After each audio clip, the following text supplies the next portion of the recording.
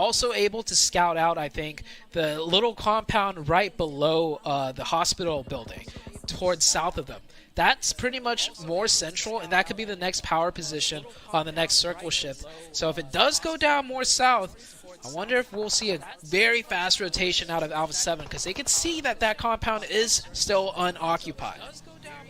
They could end up seeing that. We can see Reject there trying to get some information. Their scout Divine driving around trying to spot any of the squads up there. He needs to be careful though, because not only do they have Death Wolves close by, they also have Team Falcons setting themselves up. These squads are going to be outside the circle as we see the new circle being able to pop up. Wow. And this is great for S2G. This is great for Alpha 7. Boom as well in there. And Vampire Esports, I was talking about IHC maybe being able to challenge for that first place if they have a pop-up performance. Vampire Esports is only 3 points behind IHC. So if for some reason they wanted to challenge that, they could be able to, but they need to have pop-up performances back to back to back. Alpha 7 does end up making a push, and they're going to be fighting a team that's currently tied with them in regards to points. Boom Esports is going to end up losing one player, and Alpha 7 having a 3-1 split here. Yeah, I think it was huge for Mafioso to hang back. That provided the support lines to stop one of the Boom players from pushing. But he's now caught by himself, so Mafioso has to had to self-sacrifice there, meaning Alpha 7 loses one and Boom loses one. Now they're both neighbors. In a situation like this, 7, with how crazy the mini-map is right now, with the multitude of teams all around you, I think you just be neighbors. Yes. Like, yeah, you're right next to each other. Yeah, you're both neck and neck in points. But, I mean, there's like 80 other players right around you. Let's just chill. Let's just hope we get the zones, because they're pretty close to center zone. They may just want to, chill out here like they are now and just wait. D+ somehow managed to become neighbors, rotating far from the outside. They managed to find their little position right there. And yeah, we're getting an urban finish here, 7, and it's not your typical urban finish. This is going to make for some really interesting gameplay. Definitely not your typical finish, and I think Alpha 7 and Boom Esports might have heard what you said, because they have slowed it down. They stopped throwing that utility. They want to save it towards the end. Alpha 7 knows that they're going to have now 2 different teams coming up from behind them, and on top of that, whenever they want to make a push, if for some reason the circle does not end up going their way, they're gonna have to worry about so many teams. So they want to save as much utility as possible with all the smokes we saw them being able to use earlier, and that is something, right, that we have seen Alpha 7 use too much of earlier in the first 2 matches. They were being forced to use all that utility, and now in a position where if you can actually save it up for a little bit longer, for a little bit later into the game, depending on where the circle ends up going, they want to have that available to them. But they're going to keep on moving around. They're going to keep on scouting and see if they can find any opening, because this team loves to get their eliminations. And that's it. For whatever question that I had in regards to IC possibly challenging, I was kind of giving them a bit of roses, since they are the current champions of PMGC. But with them being eliminated right there, only getting 1 point, there's no way that I can see them being able to get even close to that first place. Yeah, it's pretty much done now for them. New circle did pop. I think it just kind of centered more up on the western side. So now Alpha 7 on the edge of the circle. Same with Boom. Vampire getting nicer zones. But even bigger, Rejects get the best zone shift of all. And they're already in first place. The circle gods definitely blessing them on this one. Reject right now looking great as Alpha 7 is trying to get as many points as possible. Rebel does end up getting caught though. I think that the friendly neighborhoods might be coming to an end here, as Boom is starting to be a little bit more active as well. Alpha 7 is going to have that player not, but they're going to be able to revive him. And I saw Vampire Esports in a great position. Oh, let me see if this grenade is going to end up hitting here for Boom Esports. Luckily for them, the doors are closed. It's not going to hit anybody. Vampire Esports in a great position, and then I decided to look a little bit further down, and I saw Reject. And Reject, if I'm Reject, I'm just chilling right now. I'm just letting everything happen and see who ends up fighting, waiting until the end, and end up surprising some of these teams. Because if I'm not mistaken, yeah, Reject still has all their 4 players alive, 11-point lead. Everything is going their way, and we have seen Reject being able to be that kind of team. We have seen Reject being able to be that patient team and strike when it's needed. And right now, they just need to continue to be that patient team and defend if any of those teams do end up rushing them, because Death Wolves could more than likely end up pushing onto them, as next Ruya is going to end up getting knocked here by Nova Esports. Yeah, Rejects right now just fat chilling as all the fighting is happening everywhere else. Nova picking up a couple points right there on to next Ruya. Back to the friendly neighbors of Boom and Alpha 7. They're going to be neighbors for this last circle. I don't think the next one's going to go on to them. And look at the player cam. Yeah. I can't really catch which player. That might have been the next Ruya player. Next Ruya. Yeah, next Ruya. Just, man, 5th place. That was still so doable for them. So doable. They really needed a good one in this match. And yeah, going out with only 3 elims definitely goes to show, you know, why he was so disappointed. S2G still in the mix of things. Look at that interesting split right now. S2G has a 2-2. 2 players kind of at that hospital compound. Not the actual hospital building, but the one north of that. The other 2 across the ways, more towards the insides of South George Pool. Circle is closing ever so slowly. And Rejects, this is great for them, because if they weren't number 1, if they weren't in the lead by 11 points, that position might not be the best, because they're not able to, you know, get points. They're not able to, you know, really peek out and fight as much. But sitting in first place, I think they're A-okay. At this point, you just got to chill. And then Alpha 7 getting a little bit antsy. Boom getting a little bit antsy too, starting to use more of that utility as the circle is starting to close in. And with S2G, great push out of them, honestly. Look where they are at now. They were able to leapfrog Alpha 7 as they were, in a way, towards the same side. They crossed that road early on.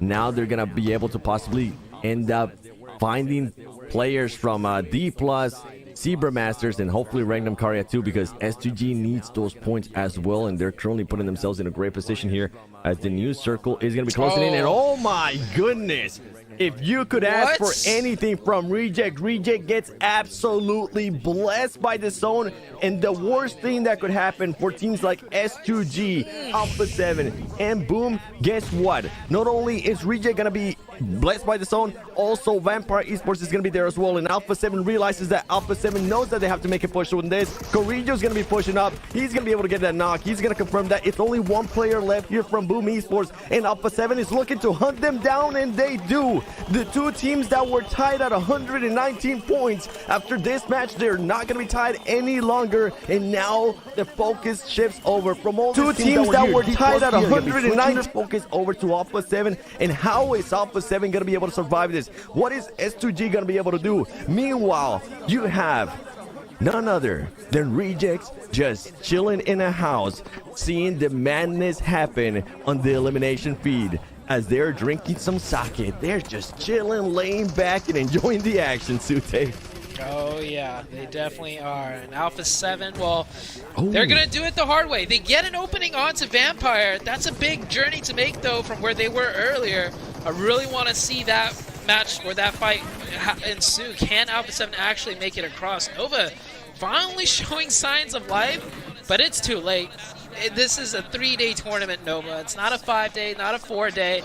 Might be a little bit too late to pop off the way they are. They are up to 8 elims, though, so, hey, more power to them. Alpha 7, one of the players knocked. They're taking a fight with D+ now. Looking at the minimap, they are trying to navigate up north into Vampire, but D+ kind of got in the way, and High Fives also camped out on the north side, on the outside, on the beach of the Vampire compounds. And S2G trying to get some points as well. D+ very close. Racy is going to be knocked there for S2G. Here comes the shot. Good stuff from CEO later from S2G.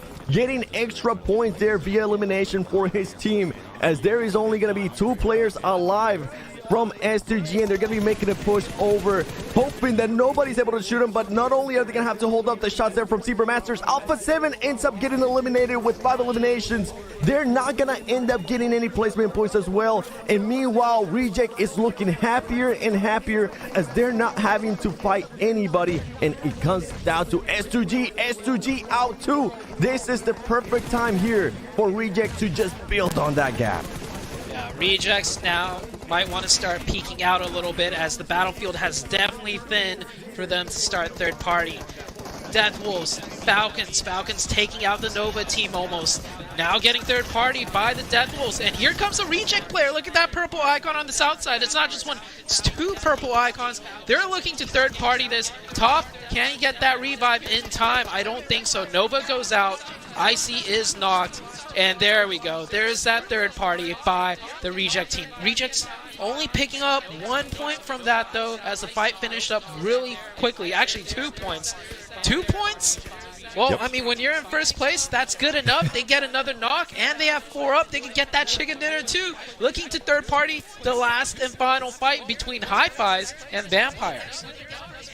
Rejects is not going to be sad about those 2 points because they are currently the only team as well that is within that circle. They're going to be looking out to see if they're going to push up, as you were mentioning, trying to third party this fight. They do not want to allow Vampire Esports to end up after this fight with 4 players, because we know what Vampire Esports has to do if they want to even try to challenge them. You can see Vampire Esports just running over the players from Hi-Fis, and Hi-Fis not able to hold off Vampire Esports. And I'm actually surprised.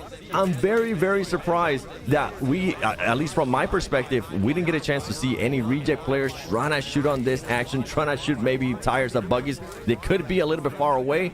And for Vampire Esports, this is going to be a tough push into the circle. But if they're able to do it, it's going to be great for them. They just need to be careful as well with the reject player that's up in the mountain getting that off angle. Yeah, I mean, Rejects had no reason to push that. They didn't have the sight lines, but they see the zone. It's pretty much wide open. And there's actually a little hillside for the Vampires team to work with. I thought it was all flat. Like, this is very unfamiliar, unorthodox zone ending here. So that little divot, that little hillside could be the saving grace for the side of Vampires. Because on the next zone shift, if it goes to Vampires, well, Rejects got like almost nothing to work with. Yeah, they're going to have absolutely nothing. And this is why I was hoping, even though it was out in the open, there was some trees available, there was some cover. I was hoping at least one player from Rejects would end up pushing up and just force it, making it a little bit harder there for Vampire Esports, because this is worst case scenario. They are both now within the circle. We don't know who the next circle is going to end up favoring them, and they're both at 4 apiece. And look how many points Vampire Esports now has. They have 9 eliminations, and on top of that, you best believe, Sute, that the crowd right now in Brazil have the biggest. They're just hoping. They're just hoping that Vampire Esports is going to be able to clutch this up, and they're going to become Vampire Esports fans for a lifetime. We'll see very soon where that circle goes. Rejects could have pushed up earlier, but I think it would have been risky, right? That's a very long supporting sight line. So it's not. I think maybe one player. Yeah, but if you send that one player and he gets naded, right? Then you're kind of forced to go for the revive, or you just let that one player go. So very risky. Like, this circle is just so unorthodox too, which is why I think they didn't send that one player. And circles more commonly played, where they know the supporting sidelines better, they know the situation better. I think we might have seen Rejects send one, but this is not the case. The Circle Gods have blessed Rejects every single time so far. Are they gonna bless them once more? Who is it gonna be? Because it gets down to anybody, honestly. And with the new circle, oh man, I can't wait. I can't wait for this countdown just to get to 0 so we can see who is it actually going to end up getting blessed. Because it could end up blessing both teams too. It does. You're absolutely right. Well, it does end up blessing both teams, as now they're just going to have to wait a little bit longer. Yeah. And Vampire Esports, with them being usually the more aggressive team, I wonder what they're going to be doing here, because they're the ones that are going to have to push out first, I feel like, especially with the next circle, depending on where it ends up going. They're just in a tougher spot here now for Vampire Esports. I mean, am I seeing this correctly? This is stage 6? Yep. We still got... Oh, okay, stage 7. There we go. So we still got one more circle shift. So it could still bless Rejects, or it could bless Vampire, but there's no way it's blessing both of them again. That's not gonna, that is one thing that's not going to happen. So... I like that out of Vampire. I don't know if you were able to catch that, but I like that Vampire is already starting to cause some damage there to those vehicles. because they were able to okay, spot him, which is going to stop him from possibly getting cover. And guess what? Schweppes is now going to be able to find a cover here. Vampire they're going to push? Is an aggressive team. Really? They could end up going for that push. Tony K, being the aggressor, is making the push and is going to try to get an off angle. He will have some rocks to work with. This is very aggressive for Vampire Esports, as they do have one player behind them. Schweppes, Tony K, and Stone now right up there, but Tony K is going to end up getting knocked. Two players are knocked there from Rejects, and Vampire Esports trying to make the push with the other players behind. Here comes the grenade from Reggie. Is this nade gonna hit? It does end up hitting, and now it turns it into a 2v1 for Vampire Esports, the aggressor team, taking the fight to Reject. Who is it gonna win it here? There's only one player left from Reject. Can he clutch it up for his team and be able to extend the lead even more? Or is it gonna be Vampire Esports trying to hunt them down in the final matches of the PMGO? The grenade is gonna come through, and that is it, ladies and gentlemen. Vampire Esports with an unlikely win. They saw an opening and they went for it, Sute. Yeah, and you were right. The Alpha 7 crowd cheering for Vampire Esports. That was, I mean, I remember back in the days where people talked about getting one knock and you push that team and it'd be so messy. It would usually never work out. Even the top tier teams at the time, this is a few years back, wouldn't be able to pull something off like that. Vampires, though, I mean, they made it look so easy. Just one knock, push on through, and that got it done. And shout out to Regioso there, by the way. He knew he had to make a play. So instead of running back in the building and healing, he ran out into that smoke that he pre-deployed, because that was the only chance he could have made a wild card play to help the Rejects team to clutch that fight up. So like when push comes to shove, this Reject roster knows what needs to be done. Unfortunately for them, when Schweppes hits you with that mini, I mean, you just get hit with the mini. Look at that table slam. That was an absolute huge win for Vampires. But, Jukes, what does that mean for Vampires? Where are they now on the leaderboards? Are they able to be number one? Are you kidding me? I mean, I think 9 out of 10 teams there just chill. Just wait to see who gets the circle. But you know what? They put that fate in their own hands, right? They got that knock sent it, and it's possible now. It's possible. I mean, the gap is definitely going to be bigger now that we see Reject just constantly having great performances here. But man, I mean, Vampire putting themselves in the running the hard way. Anything can happen here, especially after that last match. Reject could have expanded their gap even more. They do get those placement points, but we'll have to win and see. As yet, we're going to take it to James Zhang. Congratulations for you. And now here in our stage in São Paulo, Brazil, we have a very huge announcement from a very special person, and I hope the Brazilian crowd will receive it really, really well. I'm gonna receive here, welcome on stage, please, James Young, the Senior Director of Global Esports, Level Infinite. Please come here on stage, honey, thank you so much. The stage is yours now, thank you. Hello? Hello? Can you hear me? Yeah, great. Hello, PUBG Mobile fans in the world and in Brazil.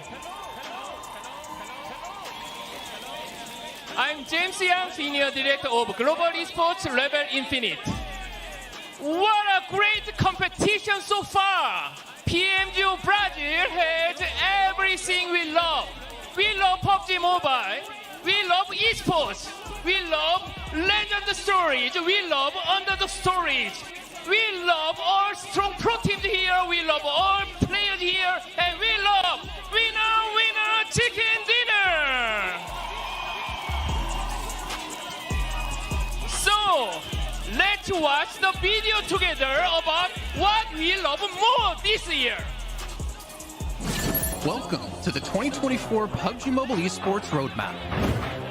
Building on the momentum of being the most watched Battle Royale esports game in 2023, PUBG Mobile is setting the stage for an even more exhilarating year in 2024.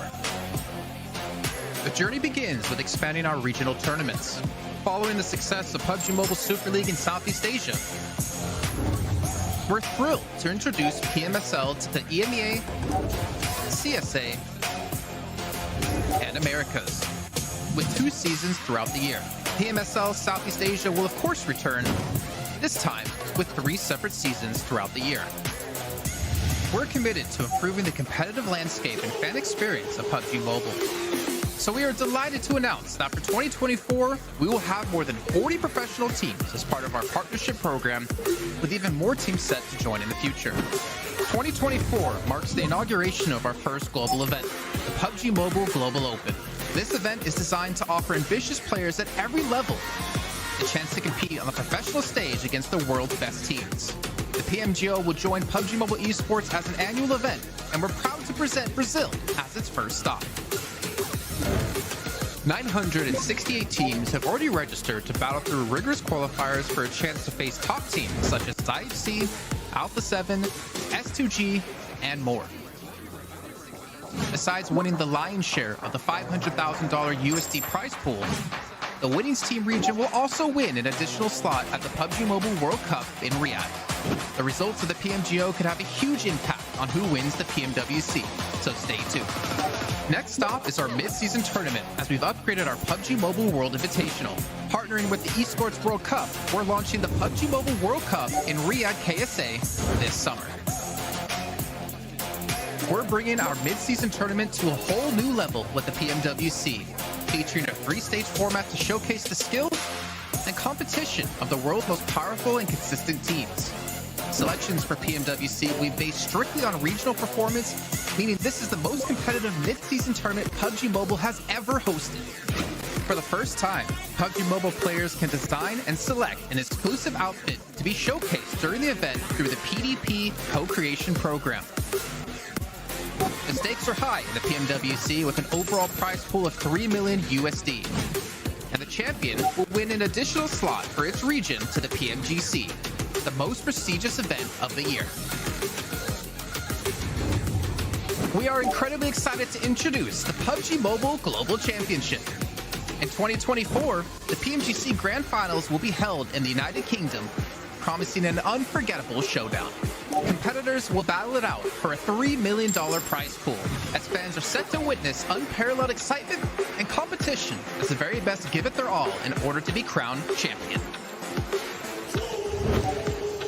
This year's PMGC League will maintain a roster of 48 teams, as pro teams will fight for spots to their regional tournament performances, presenting more thrilling matches for the audience. Lastly, we hope everyone can fully enjoy all the exciting events in 2024 by the PUBG Mobile Esports team, and that you continue to support your favorite teams and players. Wow, so wonderful, great, fantastic, right? Okay, it's the time. 2024 PUBG Mobile Global Open Brazil Grand Final, the last day, the last 3 matches. Are you ready? To be the one. Thank you.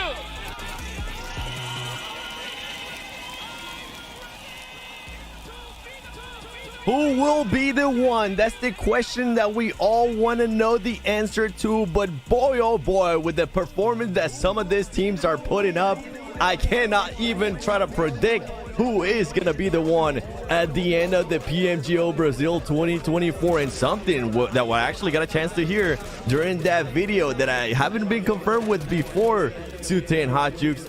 What's the prize pool for the PMWC, for the PUBG Mobile World Cup? Because if you do end up winning the PMGO, you're going to get invited to that. So you're not only going to get 100,000, you're going to get a chance at the $3 million prize pool for PMWC. You gotta be kidding me. Every single time I get to see the godfather of PUBG Mobile Esports, James Yang, I get goosebumps because I know I'm going to hear something good.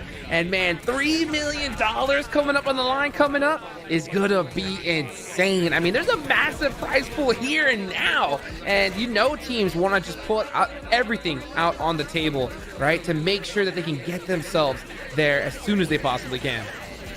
Maybe that's why we saw Vampire Esports come off with that performance there, being able to just fully send it. They saw the opening, they took it because they heard 3 million at PMWC. Woo! In KSA, we know what we're used to doing over there. 23 points for that team. Team Falcons actually there with 15 points. And the thing is, luckily for some of the other teams, Reject, even though they do end up getting second place, Tute, with them being so passive and waiting for so long, they only end up with just 9 points.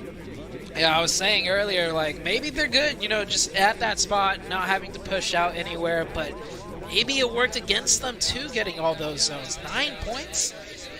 Back in the days, a second place finish gets you way more placement points, but those are the olden days. In this new age and era of PUBG Mobile Esports, it is all about the aggression, it is all about the eliminations, and that is exactly what Vampire Esports showed us in that one knock full send push. So they are the ones to get the majority of the points, and well, as for Rejects, they get a couple points, and their gap closes up just a teeny bit, but it is still within their reach to get that championship spot. Yeah, and for all the teams that do want to end up challenging for that first place, as we take a look here at the MVP, Tony K, the man, once again, 4 eliminations, 650 damage. I want to see those top teams challenging for that first place have the same certainty that Vampire Esports was able to showcase during that last match.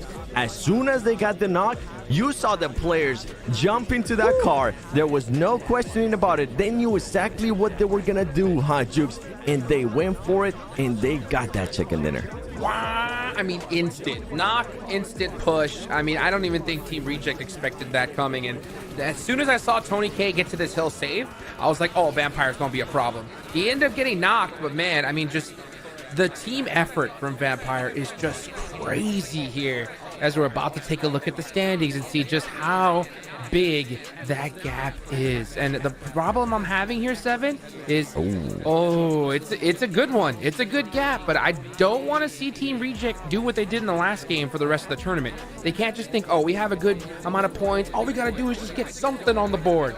That is not going to be enough here. They got to continue to play the game that they have been playing to get here so far.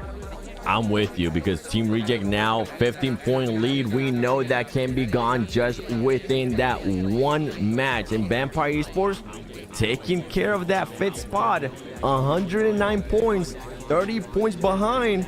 We know Vampire Esports can definitely string some wins together back to back. Could this team do it here in the main event? We haven't seen them do it here in the main event yet, but could they end up doing it, Sute? They could. They very well could. But we got to talk about Boom a little bit too. They're still up there in that 3rd place spot. Last game, they did fizzle out to Alpha 7. But with a couple more games to go, Boom can still get it done as well. And I'm sure Vampire have the momentum right now after that huge chicken dinner. They're riding high. But still, as far as the points are concerned, Boom is still above them by like 10 points. So Vampire still have a lot more to do. S2G right behind Boom, right? They're close by too. And Rejects, they're at least putting up points per game, but Hot Juice said it best. They need to maybe ramp back up that aggression before it slips out of their hands. And that's something that we don't want to see, Hot Jukes. You were talking about this especially yesterday in regards to Alpha 7 at one point, and I think we got to switch that topic now to that team that's currently in 1st place, Reject, because we're mentioning we don't want to be seeing these teams switch the way they play just because they're in 1st place. That's the worst mistake they can make. I agree. They cannot afford it. They cannot afford it at this point, because we're at a stage now with only 3 games left. These guys need a ridiculous amount of points. So, yeah, they got to just completely step on the pedal here. Well, I can't wait to see what's going to happen on that last Erangel here on day 3. But before we even go to Erangel, don't forget about the Real 12 Pro Plus, the elevation photography experience with 120 times super zoom and performance in games. How to be a portrait master.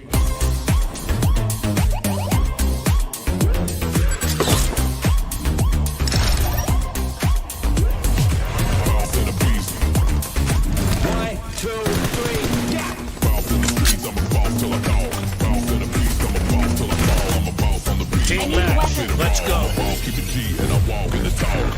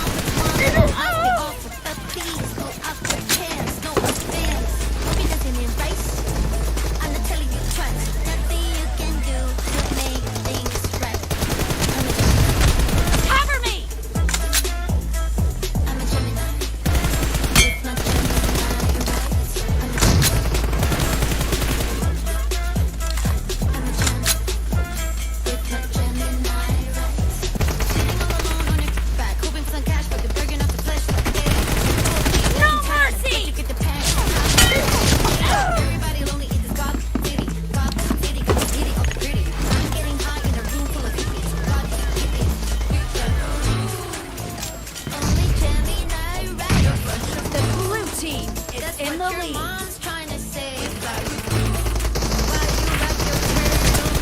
Reloading!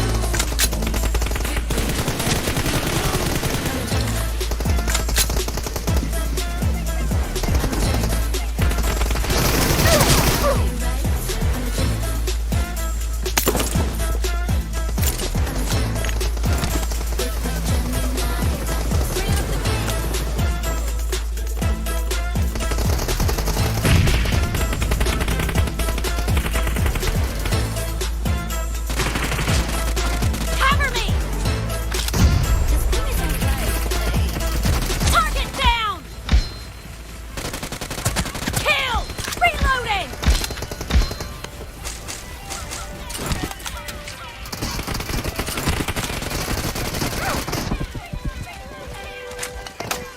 This might be all that I know. It's okay. I've got a long way to grow.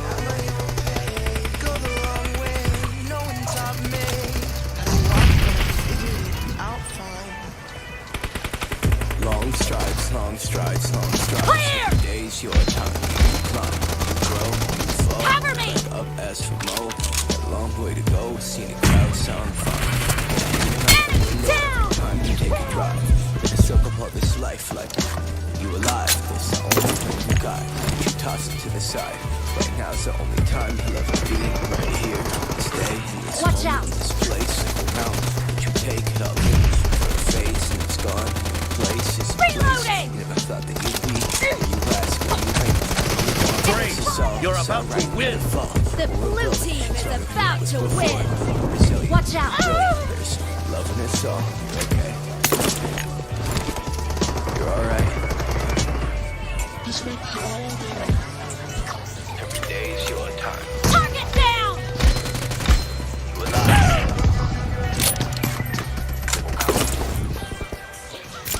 This might be all that I know. It's okay. I've got a long way to grow. Go the wrong way. No one taught me how to walk, but I figured it out. Okay, look, look at how far we done made it. I put it all on the table. Try my product, cable cars, and the soldiers that raised it. I travel women from heaven that brought me miracles Blue daily. team I made it victory. and saved it. I take the same since my grandma paid it and turned to an angel. Well, she could see me right now. Wanted to know that we major. See from all of the angles. Can't ever turn off my brain from everything we done saying. But I'm just shocked that I'm stable. If there's a God, she's amazing. Wave. I spill my soul on the table. I give it all while I'm able. I can't break bread when I'm stranger. I hold it down for my brothers. Been tight since snaps in the cradle. Since pick up rounds in the park, we found peace and sound to that chain link net. Catch our dreams with each page. Got a knack with the pen. It's an apparatus for magic. I scribble slow and sit still till I feel the earth in rotation. I know the timing is crazy, but I know somehow we okay here. I'm out in Florida, enjoying Atlantic shores. Look like a postcard scene. Soak up the rays for days. It feels so euphoric. Feel like I'm soaring, flowing the pedal, swerving the foreign. All off the personal statement. Ain't take a Uber to get here. All in the stride and the cadence. Got so much farther to take it. My mind's a power container. And I use that wisely. Don't let nobody contain it. I keep you safe in my cage. Just look and left in the naked. Look in your eyes can show up the new day. Every day's your time. Team match. Let's go. This might be all that I know. It's okay. I've got a long way to go. Go the wrong way. No one taught me how to walk, but I figured it out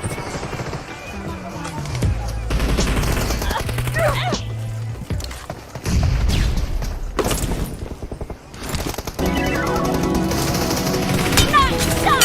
Clear! Cover me!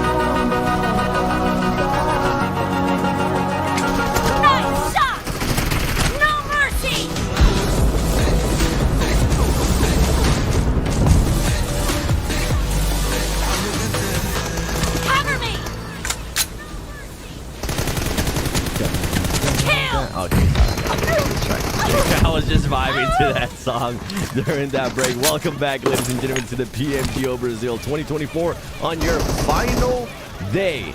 And boy, oh boy, have things gotten spicy here. We still have Reject there in first place, but another team that I might have thought they might have been a little bit too far away. They want to challenge Vampire Esports coming off with that last win, Yes, they do. I mean, honestly, there's still 3 matches left. A lot of teams, I think they can still take away first place. But at this point, you know, Team Reject has got to get stopped. So these top teams, I think, really need to start considering that is a possibility at this point. Which team are we going for here? I mean, if any team, I would say Vampire Esports needs to start thinking maybe about cutting off a rotation here and there from the Reject. Yep, I think them, Nexuria, I mean, Team Falcons as well. I mean, we've seen teams pull out double-digit elimination chicken dinners as we get into You're losing the huge game. Aaron Blue team Gale doesn't match. have a lot of time left. This is important right here. The final Aaron Gale of the day. Who's going to take the win? I mean, we've seen some pretty crazy circles here. That definitely, I think, made things interesting. But, man, I mean, you have to pull out all the stops here because you don't know what's going to happen to Miramar. Yeah, it is only going to get harder from here. This is the last Aaron Gill, like you said. So the easiest map to navigate and take your fights in. So you got to make it count, especially this being the last one. Because after that, Miramar, I mean, we've seen the Miramar matches. They are not easy for anybody besides if you get Circle Blessed. But even then, it could get extremely difficult. So let's see what this one has in store for us, Hot Jukes. The very first circle. Can we get something special here? We've already seen a military base. Maybe Stalwart Circle. Those are always fun to watch. Where's it going to be? And, hey, this may seem like a very inconspicuous circle, but if it keeps the river in play, this is going to get very interesting as well. Oh, man, that river. I mean, it just literally splits the whole entire map in half. So teams are going to have to decide where they want to go. Do you want to go north? Do you want to go south? We will see, because it can go anywhere at this point. And you know what? I will say, Zute, if anything was like yesterday, this is when S2G just started going insane, right? From this game on forward. I mean, yeah, S2G was just an unstoppable force. They won the game with a chicken dinner and 11 eliminations. The next one, the first Miramar, chicken dinner and 12. And then the last Miramar, it was 9 eliminations and a second place finish. So if any team does that here and now, they're going to be the champions. You know what I'm saying? I mean, there's so many teams that can do that. Yeah, so, I mean, I'm talking about all the way down. Let me just take a little glance at the leaderboards here. Why don't we go down all the way to, I mean, man. Next Rhea for sure, right? Yeah, maybe even all the way down to Regnum Caria. I mean, possibly. I mean, that's going to be a massive stretch, right? For sure. A lot of things would have to go right to even make that possible. But from next Rhea on up, they need to have a performance like S2G had yesterday. Yeah, definitely. We'll see if it happens. But as far as I'm concerned, man, for S2G, this is a great circle for them to start popping off. I mean, they're on the west side of Yasnaya.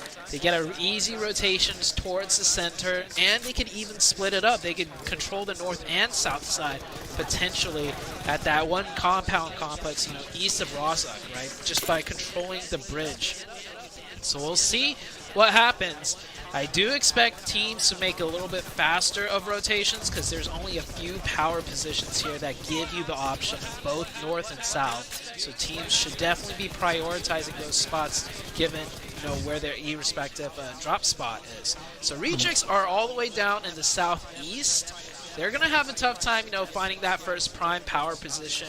They might decide to take this one slow for the first zone. We'll see what they do. Alpha 7, of course, and North George Pool, they're one of the teams I'm looking to make that fast rotation. Maybe just a quick one, you know, to the east at that one compound, the square compound, the cube complex, as we call it, the one that controls the bridge right outside of North George Pool. So we'll see where these teams end up eventually, but we got to see them make a move quick. You are absolutely right. I mean, you're going to have to get moving as soon as possible because we've seen so far, I mean, the center zone, if you get blessed, your chances of winning are just through the roof, you know? And not to mention in a lobby like this, you don't want to get stuck on the outside, having to force your way in. It's just so difficult. I mean, even in that, you know, the Aaron Gale that I just casted a couple of games ago, you know, Alpha 7 was gatekeeping all of these squads. I mean, and we're talking just legends in the lobby, in the game in general, right? Nova, IHC, the previous PMGC winners, and they were able to hold them all back. Yeah, D+ Kia was able to get the last laugh on them, but it just goes to show you how powerful those positions are, even when you have all the odds stacked against you. And then, you know, Vampire, you know, pushing out in the wide open against the top team while they're in a building with cover and winning it. Anything can happen. So, you know, I'm looking at the map right now. Vampire, of course, coming from Primorse. They're going to be pushing on out. I am trying to find... Okay, yeah, Reject. They are all the way down in Farm. So this is going to be an interesting game for them because now they're on the back foot when it comes to just being circle blessed. They're going to have to push their way in the hard way. What do you think about that? But I mean, if you think about it, last match, Rejects was on the edge every single time, too. It wasn't until like Circle 3 that they just got zone blessed over and over and over again. So that might happen again as Falcons getting into some very early action. So Falcons sitting at 93 points. If they pull off an S2G yesterday, it is still doable for them, but that means they have to take pretty much almost every fight early on and win it and make it to the late game. So here's that first fight, and it's not going their way to start off. One of them is already knocked, Action going down, and Top trying to hold it down for the team.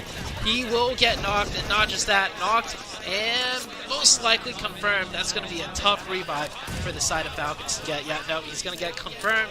And Falcons looking worse and worse now.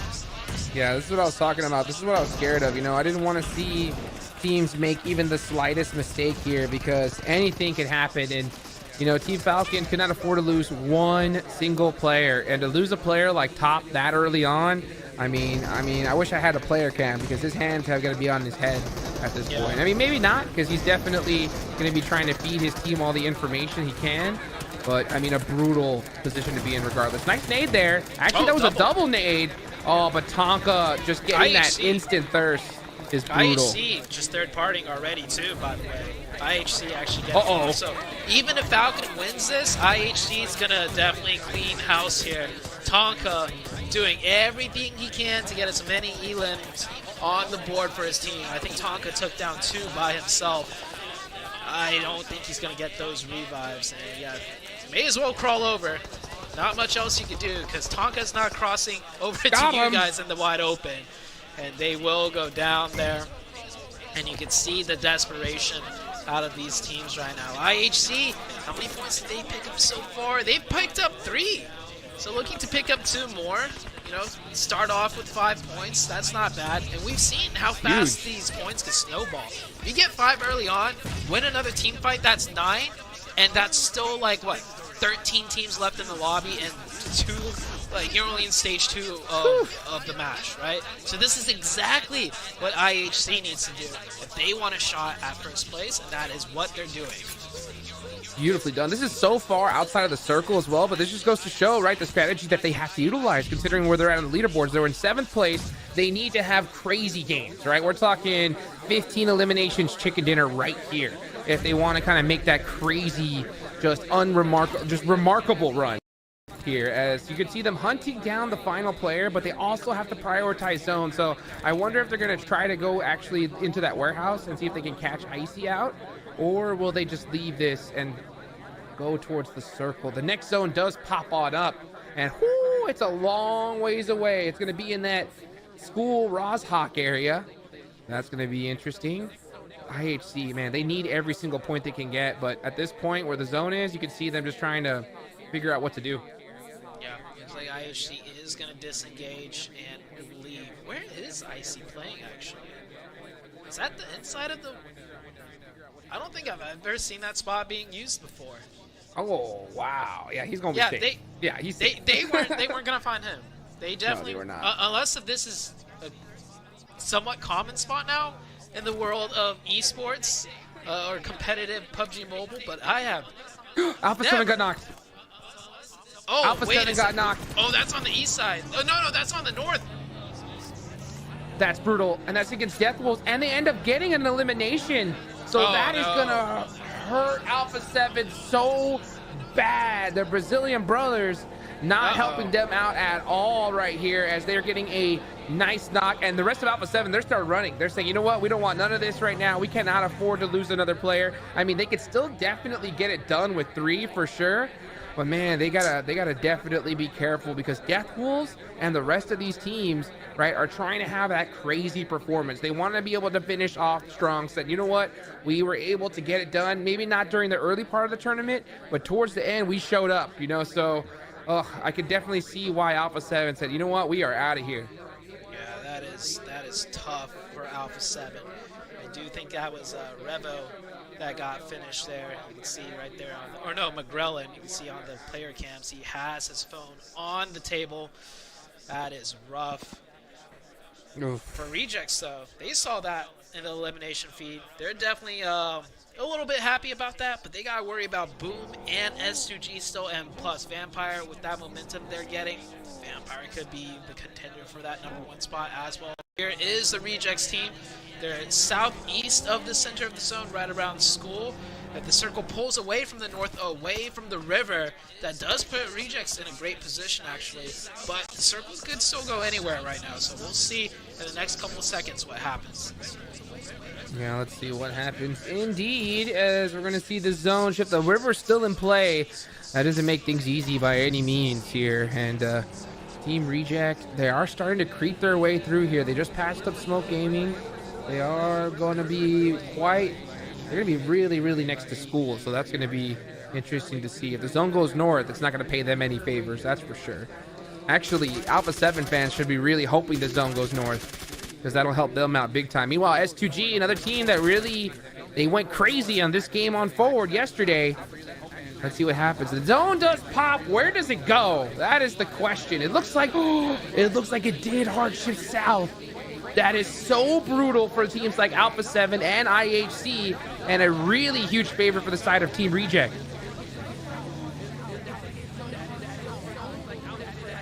Oh boy.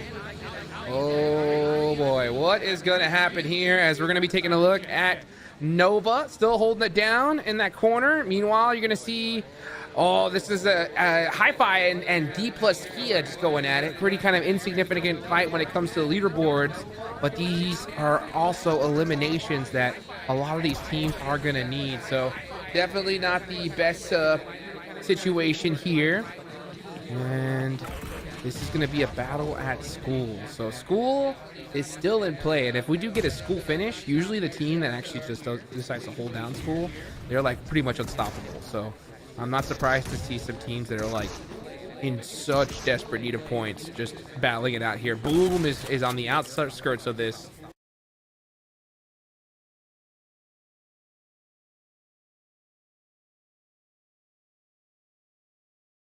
Try to get a little bit of intel and say, okay, yeah, school's taken. Let's just go ahead and take on this edge of Rozhawk. But all eyes are going to be on the top 2 squads here. Reject Alpha 7. And, oh man, this is the calm before the storm, folks. Stage number 3. Everybody's taking up a pretty decent spot right here, except for Alpha 7. They're actually just north of Rozhawk across the river. So they're going to have to cross the river some way, somehow. This is like literally the worst case scenario for Alpha 7. They lost a player earlier. They're in like one of the worst spots in this zone. If any team could do it, though, it's them, right? I mean, they've always played that edge circle, so they're used to being in these scenarios. It's just not the one that they wanted to be in. So we'll see how it all plays out. Meanwhile, in Watertown, that was IHC and Nova on that side. You have the Death Wolves going to be pressing up onto that fight here in a minute. But zone, 36 seconds left on the clock. That's going to be the big telltale sign of who's going to get some love here. I'll tell you what, these Aaron Gales today have not been kind to so many of these teams. We've seen some pretty crazy zones, and those zones can go anywhere at this point. So I guarantee you a lot of the teams, everybody in the current stands right now in Brazil are hoping the zone goes north, because Alpha 7 really, really needs it. Yeah, I mean, it doesn't just have to go north. It has to go north multitudes of times, because if they lose that zone near the north and they have to cross in, S2G is right there waiting for them. So we'll see what happens. New zone does pop up, Jukes, and it does go north. Gives a little bit of circle luck for Alpha 7, but this could still go anywhere, as this circle will ensue in madness very soon. Alpha 7 were so fortunate they were able to cross that bridge and make it into the zone safely, which was really, really big for them. Now we're going to see teams like Team Reject now on the outer edge, so they're going to have a fun time getting on into this zone, find a way in. It looks like they may have a similar idea of what Alpha 7 had, and looking to be going in the same direction. School's still in play, so these two teams are totally fine right now. But Alpha 7, yeah, you can see it was not an easy rotation. Their vehicles are quite on fire, but they made it safe. Hi-Fis are right next to them right now, as Zebra Master steals that elimination. So if there is going to be a battle between these two squads, it'll be a 3v3. Yeah, the issue is, though, from this position where Alpha 7 is, it is so hard for them to gain points. I mean, you have angles to shoot at, but look, you get a knock, and it's very hard to get a confirmation here. So even though Alpha 7 is kind of safe in the circle, their chances of getting elim points are pretty low. Rejects, on the other hand, on the east side, on the edge of the zone, if they have to fight in, they can get those elimination points, but this circle, Jukes, it is so hard to get any clean fight in. It is going to be scraps every which way. Here goes Nova. Nova looking to make their last stand here. Obviously, Team Nova not having the performance that they wanted at all here in the PMGO, but they're definitely not looking to go out without a fight for sure. You got IHC just on the other side. Those guys are still in the running, especially starting off with 5 eliminations. Anything could happen. We got Vampire, though. Vampire getting an elimination onto the Death Wolves, and that's a couple of knocks already. Now, though, that's a team right there could definitely be on the hunt for first place. Yeah, Vampire's actually probably in the best spot right now. They're just right north of the western compounds of School, where there's that dip and there's that mountain south of Rozek. So they control pretty much the one and only power position out of all the teams here. We'll see soon on the mini-map. For the players that do play comp or do scrims, you guys know exactly what I'm talking about. Oh yeah, Rozhawk Hills, definitely interesting. And you have that big bowl right on that south side of it. That could always be a backup location. It's not the best spot, but man, is it great cover, especially if that zone were to hard shift to that field, for sure. So I can see why Vampire's looking to hold it down, because you know Vampire wants to win this one. They want it so bad, and they're not in a terrible position. They're not in a great one. They're 30-point differential away from first place. But with what we've seen so far, that could easily be passed up with 3 matches left. We got to talk about IHC. Yeah, IHC pushing on Nova. Yeah, IHC wanted to. They got those elims early. I was saying it earlier, Jukes. They can still get it done, and they have to fight constantly on their way in. That's exactly what they're doing. Look, I said if they get 5 early, that could easily go up to 9 if they win another fight. And, well, they're about to do just that. Surely they could take out the last member. Yeah, clean. Oh, wait, they got 9, and they still have 1 more that they can get. That means they can go up to 10. This should be easy 10 points for them. And look at the zone, Jukes. It is right within arm's reach for them. IHC. Jukes. Actually, I'm not going to say it. Not yet. I'm going to say it. I'm going to say it at the end of this match, depending on what happens. But here comes Rejects on the north side. By the way, with this zone shift, Vampire could be in a great spot. They are in that bowl you're talking about, and they can control the Rozhawk Mountain if they can survive this circle. Team Reject so sneaky, driving their way all the way around that edge line, and they are able to make it in a safe spot. But look at that Zebra Master knocking out another player of Alpha 7. Now, will they get the res? He should be in a decently safe spot, but look at that. Team Reject are able to wrap around and get this hillside to themselves. Now it's up to them to eject Team S2G. If they do, they will have a great spot in the zone. S2G has to hold them down as Vampire get eliminated by none other than the team right next to them on the leaderboards. It's next Ruya. Vampire not able to get it done. If they won that one fight, it could have been huge. But IHC will be the next ones you see right here contending for this very spot. Oh my god, Jukes, if IHC can eject next Ruya out of here, and they do, they get it done with one nade. There's still 2 players up, but knowing where IHC is on the leaderboards, and them already on 10 elims, that one knock is the go-ahead. That is the green-lit signal for them to continue the pressure. And that's exactly what they're going to do. Demo drives in, gets the run over. More nades coming in. Next Ruya down to just 1. Demo does get knocked, though. That's not going to slow down IHC.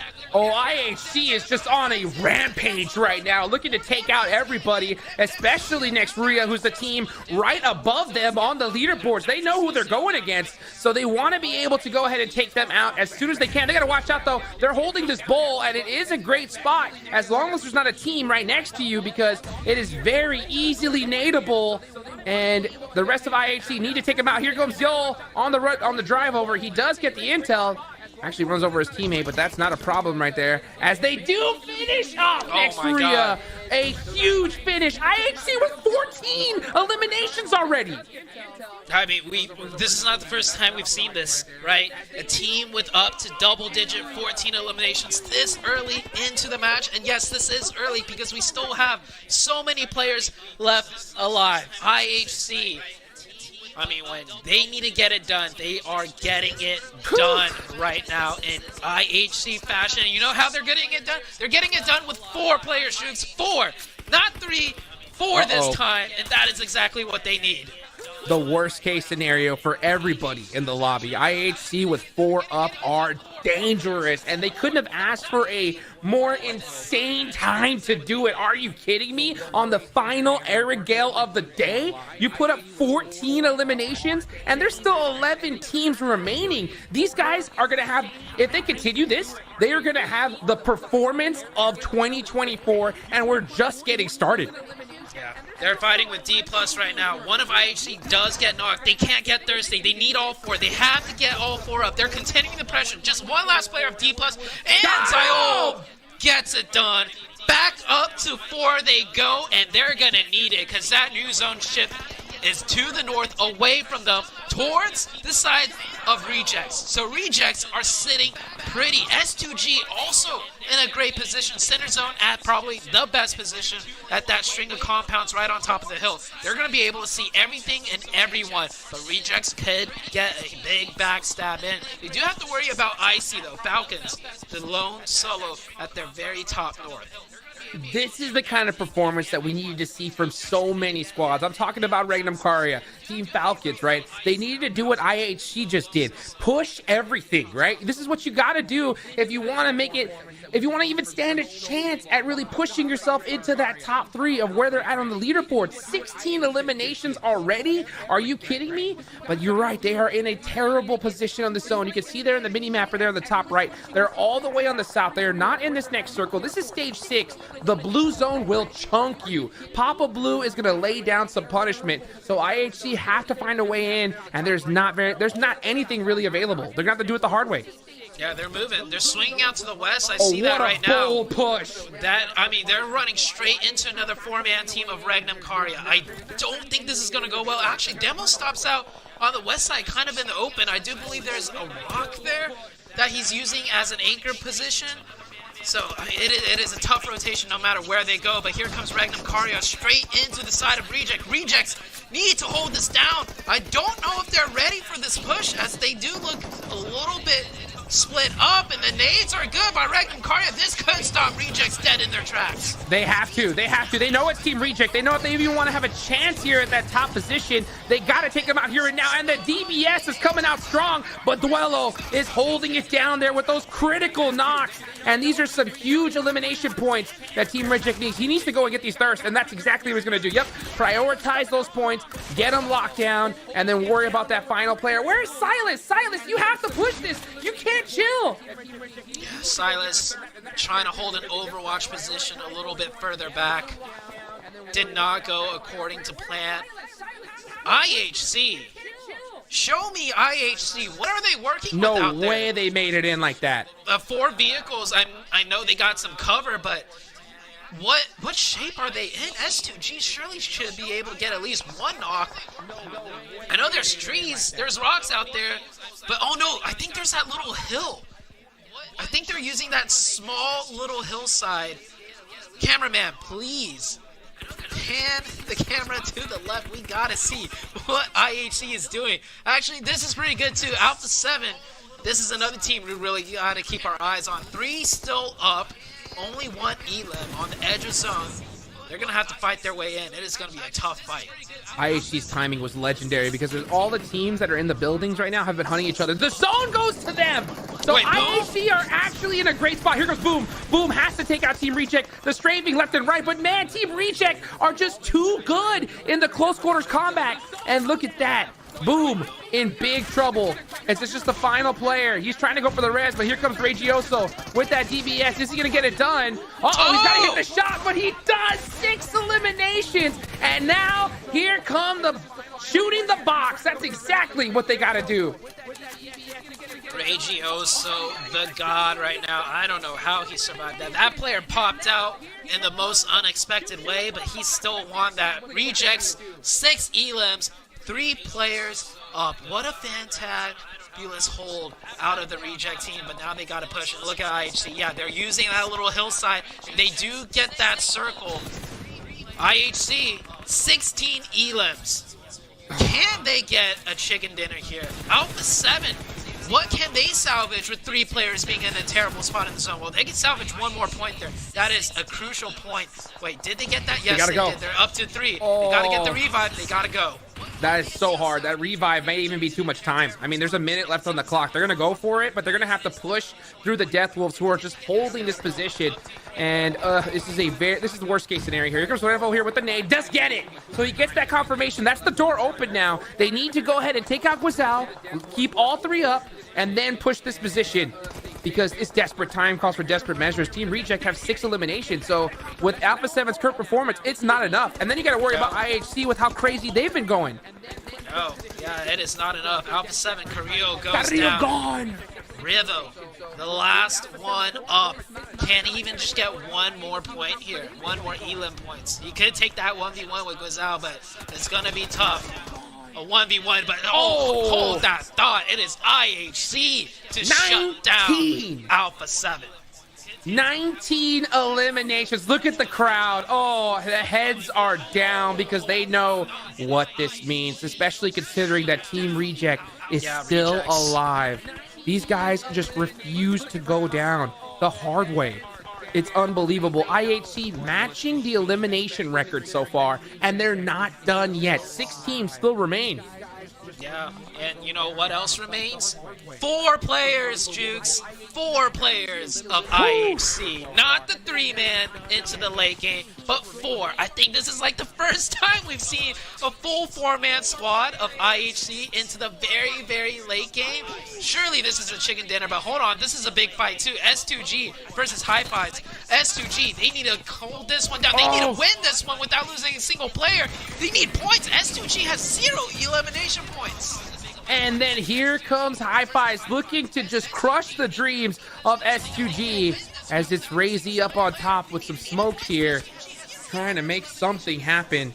It is a 3v3, and it's going to be a 3v3. They do have to watch out for that backside, though. High Fives are definitely going to be looking for some off angles, trying to put up some points. Silas is still up for Regnum Caria, but yeah, these guys are out of the running at this point. So S2G need to stay alive if they want to make it happen in Miramar coming up. As Rogue gets another one, a new elimination record for IHC, 20 eliminations. The first time we have seen that this year, and could well be the last. That is 1/3 of the lobby, Jukes. 1/3 of the lobby. 64 players, 4 being your own. Hansi trying to defend it. Gets 1, gets 2. Razy goes down. It is just all up to Kelsey. He needs to get in here quick. Save his teammates! Oh, the shotgun! It is done! It is done! Buckshot just like that, takes it to the chest. But here comes IHC! IHC with the third party! These guys are not messing around! They do not stop! They know the circle's going into nothing. They're gonna take the fight now. The hurt team. But Garlus? Oh no, Garlus goes down. They're down back to a 3-man. Hey, it would not be a game of PMGO Brazil without IHC as a 3-man in the end game. This is their strategy, Zute. They wanted to lose one player because this is where they're at their best. They can't lose another, though. Rogue gets knocked. That is not good. And meanwhile, here comes the jump out. Should be an easy knock for Demo. And the Papa Blue should be able to take out this remaining player. No, he doesn't. He actually jumps out the last second. IHC falling apart. What is happening? That shotgun! No way! That shotgun out of Robs is decimating and crushing dreams out here, and it's actually rejects in a 1v1 for the chicken dinner. Regioso out of all the reject players too. Oh, this is his. This is as good as done. Regioso, the god player out of Japan, in a 1v1 in a favorable position with the DBS. He's about to get this chicken dinner. Unless he gets panned. Unless he gets panned. That's the only way. The pan is it. The jump. Wait a second! Magnum Caria with the jump out. Look at the last, though. Hey, you know what? I think Team Reject is not mad at all about that, because with that performance, these guys are looking too good going into the final 2 matches of the day. Silas able to finish out with that chicken dinner, but you can just see there's no excitement from this squad because they know it is not enough. Team Reject, all smiles in this case. These guys just refuse to go down, Zute. Yeah, they refuse to go down. Honestly, that should have been their chicken dinner. But before we say anything more, can we have a moment to talk about hi-fis, and not just hi-fis, and hi-fi Robs. Hi-fi Robs. Robs. Particular, he is robbing everyone's streams. He is shutting down S2G's streams because Robs was the last one up, and then Robs hit the craziest shotgun shots towards the end onto IHC. I mean, we said this way earlier, right? We said this way earlier, that when teams have their backs up against the wall and they have nothing to lose, they play like completely different players, and that is what's going on, Seven. They definitely are. Rob Saab, I mean, not only just an IC, before that too, he was able to take the fight towards S2G as well and win that fight, and then Silas being able to clutch up there that finale, not giving the extra 4 points that Reject would have gotten if they ended up getting that chicken dinner. But overall, Reject doing exactly what they need to do to not get pushed off that first place. IHC with a massive performance. They weren't able to get the chicken dinner, but I think they ended up somewhere along the lines of 22 eliminations. Are you kidding me? At one point, we weren't even at the halfway point mark, Hajux and Sute, and they were already up 14. What an insane performance out of that team. As we're looking at the team performances here so far today, you can see Reject is the one that's staying the most consistent at being able to get those points. And if any of those teams hunting them down, you can be as good as IHC, but if Reject's still alive towards the end, it does not matter. You're not gonna be able to close that gap. These teams need to start reacting to that, Hot Jukes, and I think it might be time for that hot drop. It has to be. It has to be. At this point, with how Team Reject have been playing, these guys don't go down. They don't. It doesn't matter. They don't get the circle. They rotate in somehow. They find the perfect spot. They go ahead and they'll be down a man in a 1v2 situation. Regioso's going to just bust out his DBS and squad wipe everybody. You have to stop them. They need to pull out a 0-point game if anybody wants to stand a chance at passing them up on the leaderboards and winning this grand championship. So Alpha 7, I'm looking at you. I think that if anyone's got the grapes to do it, 7, it's them, and they need to here and now. It would be them, and like you mentioned, they definitely need to. This team has not been able to be consistent whatsoever today. Yes, they've been able to get those elimination points, but when it comes down to the placement points, when they need to clutch up, when it matters the most, they just haven't been there. But a team that could possibly clutch up, a team that can definitely take the fight to Reject, we're looking at them. IHC, as I mentioned earlier, 22 eliminations, 26 points total, but they need to stop Rejects from getting points, because Reject end up with 14 points, Alpha 7 with just 4, and some of the other teams that also needed the points like S2G only 3. We're seeing more and more of a sponge points here, Sute, and I feel like it's only going to get worse and worse. And with what Hi-Fi's was just able to do, some of the other teams are going to be looking at that and going to be like, okay, we want to have our highlight moment now. Yeah, things are gonna just get crazier from here on out. And I heard the term hot drop being used. Problem is, I think Rejects have only lost 1 out of the 5 or 6 hot drops that have happened. I don't think you can hot drop Rejects. I think you got to do something else to deal with the Reject team, Jukes. I mean, I see where you're going with that, but you don't have a choice. That's the problem. It's like, yeah, you know what? If you want to become the champions, you're going to have to beat them. And honestly, right now, Team Reject are already going to crown themselves if they're not stopped, right? So Alpha 7, look at this gap. That is a 25-point gap. With 2 games left and how Reject has been playing, they got to be stopped. You have no other choice, at least in my opinion. And you want to know what's the worst part? We're going to be going into Miramar. If you're Alpha 7, if you're Boom, S2G, IHC now wanting to go for that challenge, not only are you wanting to close on the gap of points, but you're also going to have to deal with maybe one of the best maps for Rejects so far, and that is going to be Miramar. It is going to be a tough ass, boys, and maybe not even just a hot drop, maybe some possible rotation stops. Now, when we have a really special moment with our crowd really soon, and that's something that I've been really curious about, because basically we have a dance that is a special dance for PMGO here in Brazil, and I have to warn you, I'm not gonna do this because I'm a horrible dancer, the horrible that you can ever imagine, but we have people here that are really good at it, and we're gonna try to put our crowd in it too, so please. No, you're gonna do it. No, I'm not. You're gonna do it. Yeah, she will do it. She will definitely do it. No, please. E já estamos de volta aqui na nossa arena, família. E ó, seguinte, tô vendo que tá todo mundo muito animado por aí. E eu quero ver a animação total, porque PUBG Mobile tá completando 6 anos aí de história e nós preparamos uma dancinha muito especial. Não sei se vocês estão sabendo, se não sabia, agora vocês estão sabendo. E eu quero a participação de todo mundo para estar dançando e nesse momento queria chamar aqui 2 cosplays do nosso jogo que vão nos ajudar e nos guiar aí pra gente dançar, sacudir. Gente, vamos levantar todo mundo, ficar de pé, por favor, vamos lá. Stand up, please, guys. Come on, come on. Everybody stand up, and we have 2 cosplayers from the game that will help us to do this dance. That is the dance that we're gonna basically do to cheer up for the 6th-year anniversary of PUBG Mobile. That's a very special moment, not only for the game, but for our country as well, because we have these huge dancers here that are gonna help us with that. So let's do it. Vamos começar? Vamos lá, cadê a música? Bora!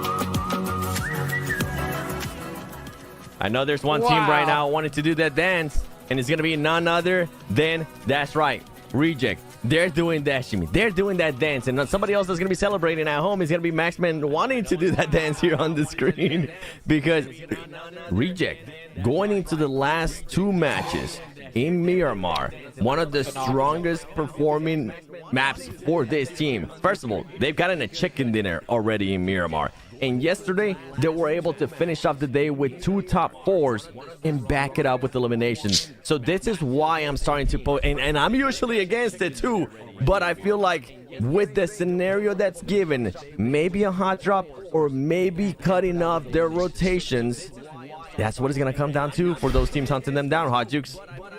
All right, I gotta get serious now. This is the last 2 matches. All right, I know I'm excited, but at the same time, it's time to get real, okay? First off, the last game, I'm pissed. I'm not gonna lie, I'm mad, right? And the reason why I'm so pissed off is because of IHC, right? I feel like I've just got cheated. I mean, honestly, it was like watching Mission Impossible, you know, stealing the item that they needed, running, breaking through glass, jumping over this crazy stuff, explosions, everything, and then just like tripping over a banana and going out. Like, honestly, like, how could that happen? You put some respect on Rob's name. He is no banana. Okay? He's a banana. He's not a banana. Bill. Banana with a shotgun. He decimated S2G and IHC in the final moments. So, I mean, you gotta put some respect to that. They're in what place again? Let me look at the scoreboard. Hey, don't worry 10th place? 10th place? High five? Don't worry about Yeah. High five? Okay, yeah, you know what? They're in 10th place. Honestly, great job to that player. It was a great play. It was a great play by him. It was, right? Okay, I'll give him the props. But what IHC did, what could have been legendary. It could have been legendary. But still, you know what? I mean, it hurts because, I mean, if they would have finished that off, they would without a doubt be in a chance to go into first place. But that hurts. We need to see some performances like that in the last 2 matches. Is that possible, though? Is that possible, Seven, considering everything that's at stake and how many teams desperately need these points? I feel like that's why I'm mentioning, Sute, the scenario where these teams have to make sure that Reject gets eliminated very, very early. I mean, in the past 3 matches, that is now 3, if I'm not mistaken, 3 top 2s for Reject. That is absolutely ridiculous. Wow. For this team to be able to be so consistent, we're maybe giving them a little bit of criticizing them earlier in the previous Aaron Guild, not the one that just happened, but the one before that, because they weren't as aggressive. But 2nd place, 3 eliminations, they're doing exactly what they need to do. They're going to continue to do this, and we can see them. We can see the way that they're currently playing. They're not going to be pushing anything that they have to push. They're going to make sure that they position themselves in the best way possible to get just enough points to keep them in that first place. And right now, it's working out wonders. And that's why, Sute, I feel like some of these teams, IHC, if you are feeling so hot, they're going to have to possibly go for that hot drop or that rotation surprise. They have to. Yeah, they have to just stop rejects straight up. Be it hot drop, be it camp or rotation. But it's so difficult on Miramar to camp rotations, right? Because the plane path, the circle, it changes things up so much. So hot drop may be the way to go. And if anyone's going to do it, I think it's got to be IHC. Because they're low enough that they need every point possible. So they got to start with the points onto the Rejects team and win the match right after. Alpha 7, they don't necessarily have to hot drop because they have just enough points where they could hope someone else hot drops Reject and then they play their own game, right? But I think the team that's most got to do it is IHC. And hey, they can fight, man. IHC, if anyone's going to be Rejects in a straight-up hot drop, it's got to be IHC.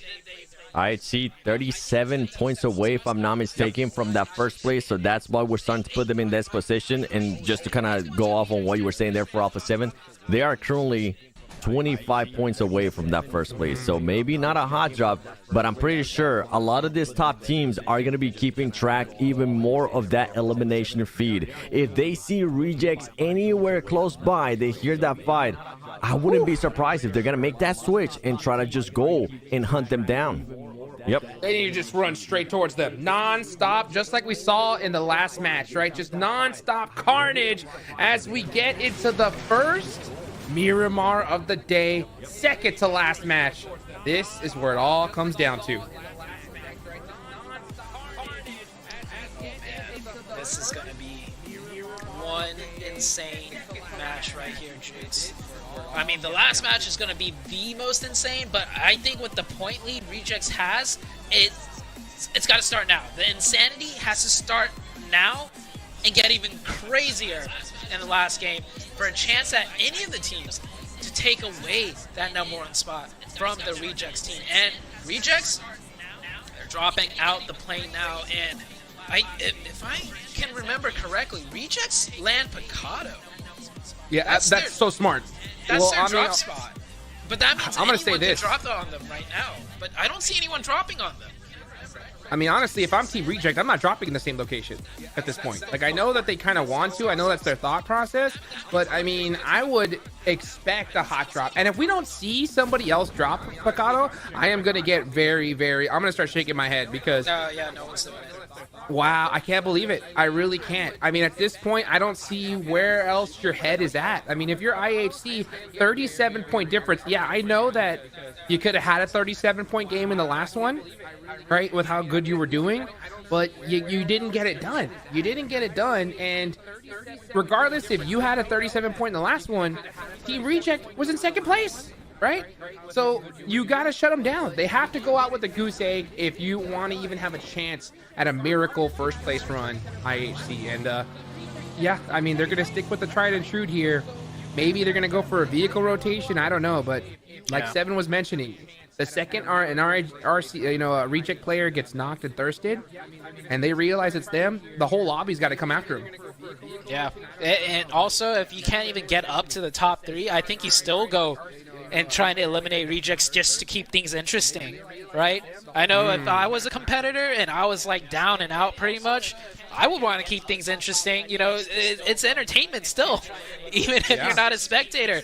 Take out Rejects, keep things interesting going into the last match. We'll see if that happens. The zone is up on your screen to the northeast. No one really will be able to get into that zone for free besides Nova, because that is their drop spot location. Minas, Certain Rallis, everyone else will have to end up rotating in.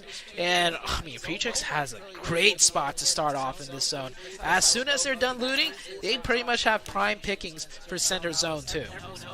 Yes, they do. Now, you know, like we mentioned, you know, I know I may or may not have called Rob a banana. Okay, you know what I'm saying? He's definitely not no banana. That's true. I mean, and one of the big things is that, you know, High Fives is a team that got this position by doing something different, right? They hot dropped Team Falcons, took them out, and were able to get a golden ticket to the finals from the qualifiers, right? Yeah. Now, the great thing is, though, like a player like Rob's, even though, like, yeah, High Fives are in 10th place, there's no chance we're going to see them in the top 3, right? The fact that we're seeing some star players come out, we have seen time and time again, Zoo, right? During different tournaments, players like Rob's get taken to a different team, not just a different team, but sometimes a different region, right? These star players get picked up, so I do like the fact that we're seeing teams and players that, you know, that don't have a mathematical chance of winning this, still try to put it all out on the playing field, because honestly, this is how you pat your resume. And this is really the main way to do it, right? You got so many eyes on you. You got to perform all the way up until the last second.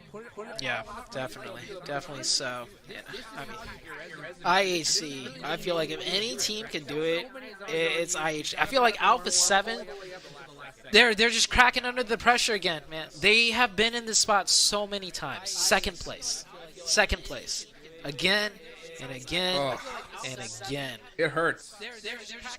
And I think they are just, I mean, we saw them last match, you know, one of their members got knocked and thirsted, and they instantly turned tail and ran away.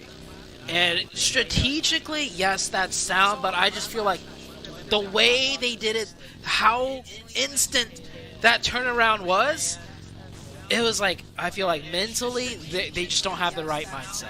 But hey, who knows? Two games left. Rejects, go out early. You get a decent game. It is all but still doable. Yeah, I mean, it's so difficult. Honestly, like I said, I don't envy any of the players from Alpha 7 right now. They've had so much success in this game. There's just so much pressure on them. I mean, could you imagine? Anybody right now watching, put yourself in Alpha 7's shoes, okay? Yeah, like Seven said, time and time again, you've come up just short, right? A lot of people said that you choked in PMGC. You know what I'm saying? You're at your hometown where everybody is expecting you to win first place, not second, not third, first, you know? Yep. You were behind a crazy amount of points going into the last 2 matches of the day. I mean, the pressure is, it's ridiculous, you know, to say the least. more than anybody else in this lobby, without doubt. So, I mean, they have everything going against them, you know, and it's so tough that if they want to become the champions, they have to overcome it, right? They have to settle their minds, settle their voices, not get frustrated with each other, make those clear call outs, and play the game that they have. But we're all human at the end of the day. You know what I'm saying? These players are playing with gyroscope. You know, any nervousness, those hands are going to shake just a little bit, and you're missing your shot, and it's all over. All I gotta say is Rejects, man. They have been Just playing wow. so well. Like, sure, you could say the circles towards the end kind of worked out in their favor and blessed them.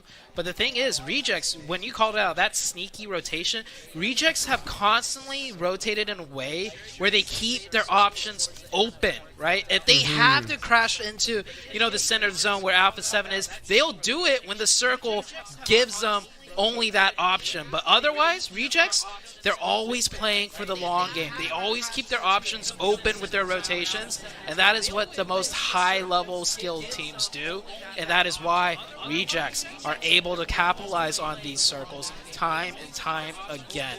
So we'll see what they can do this match. Right now, zone slowly closing in. A lot of teams rotating in off-center locations because the center of zone is pretty taken up right now. Vampire firing off some shots onto Falcons. Vampire, another team that needs that huge pop-off performance this game and the next if they want to have a chance at first place. Yeah, I mean, that's a 43-point difference. I mean, they need to have what IHC did and win back-to-back and games. Rejects. And Reject has to go out. I mean, yeah, it's just you could just see the look on their faces. Like, yeah, I mean, they're not happy. That's for sure. But I mean, that's what happens. It's so tough because you know what, Seven, we've talked, or sorry, Zoo, we talked about this before, right? We talked about how much when the pressure gets crazy, sometimes you just revert to what you're used to, what you're most comfortable with, right? Yeah. We see some teams, like when the nerves start cracking, they start going passive, right? Or they start playing safe. They start doing stuff. I think that's the reason why we see Team Reject at the top right now.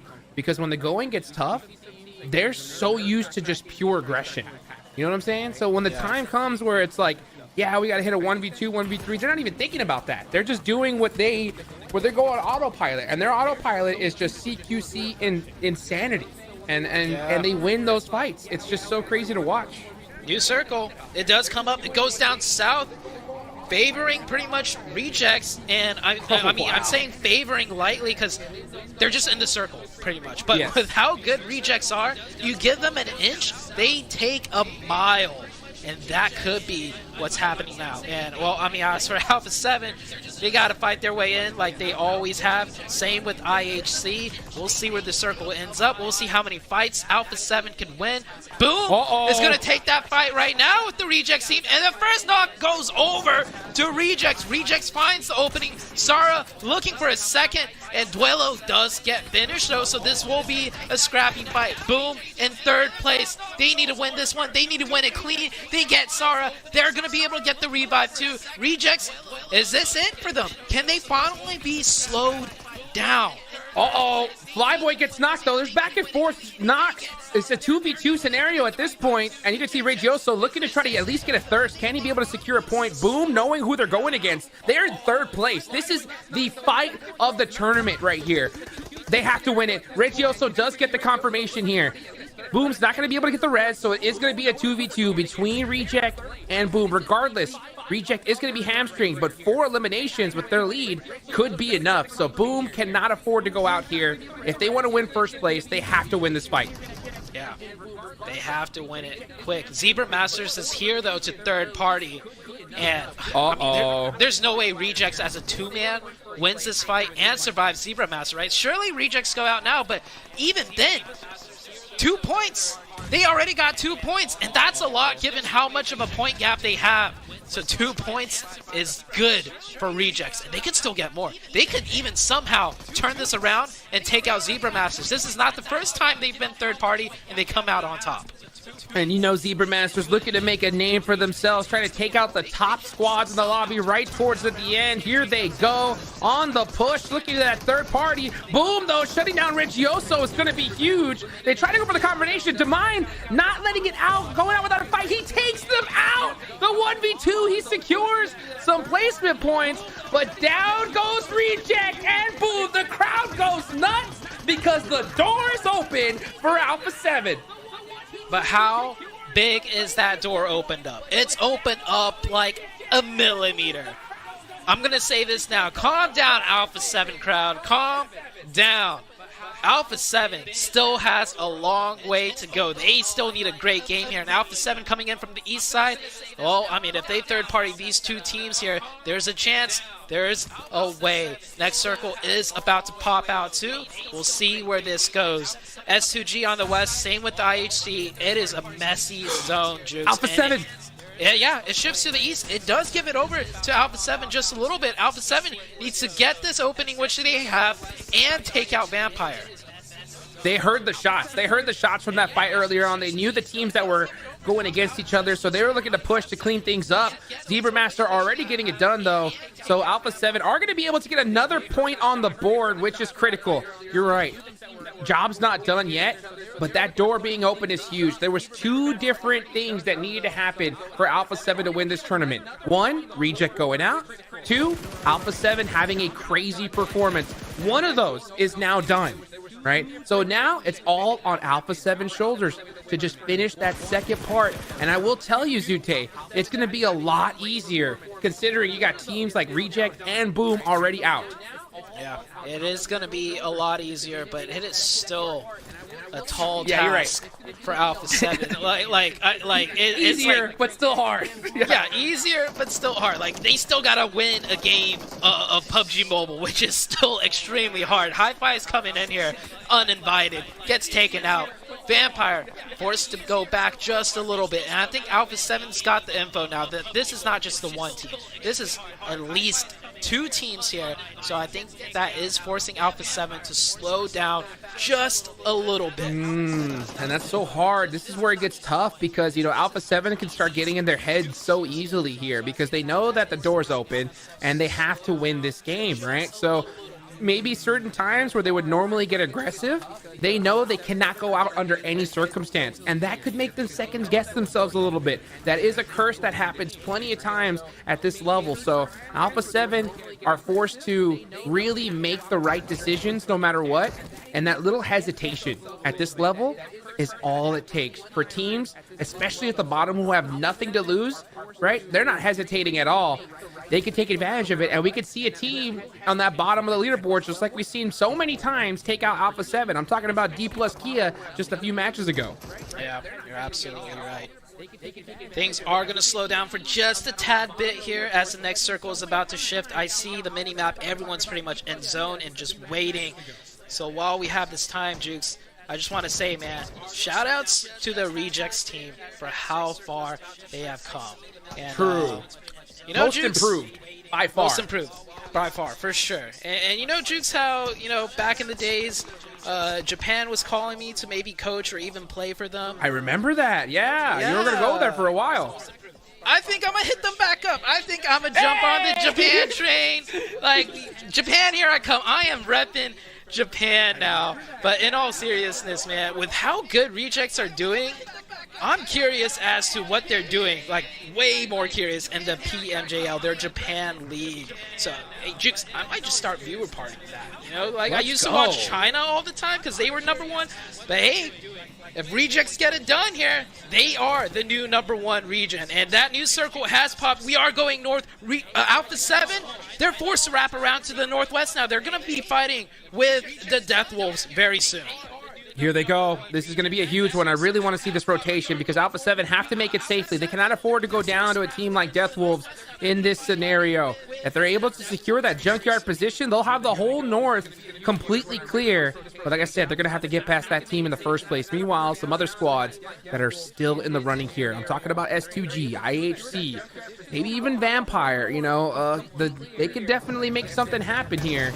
They were very fortunate that they didn't have the hot drop And well, look at this. You can see right now. Here they go. Vampire putting in the work on the Regnum Karya. Here comes down a vehicle. Schweb said, I didn't like that.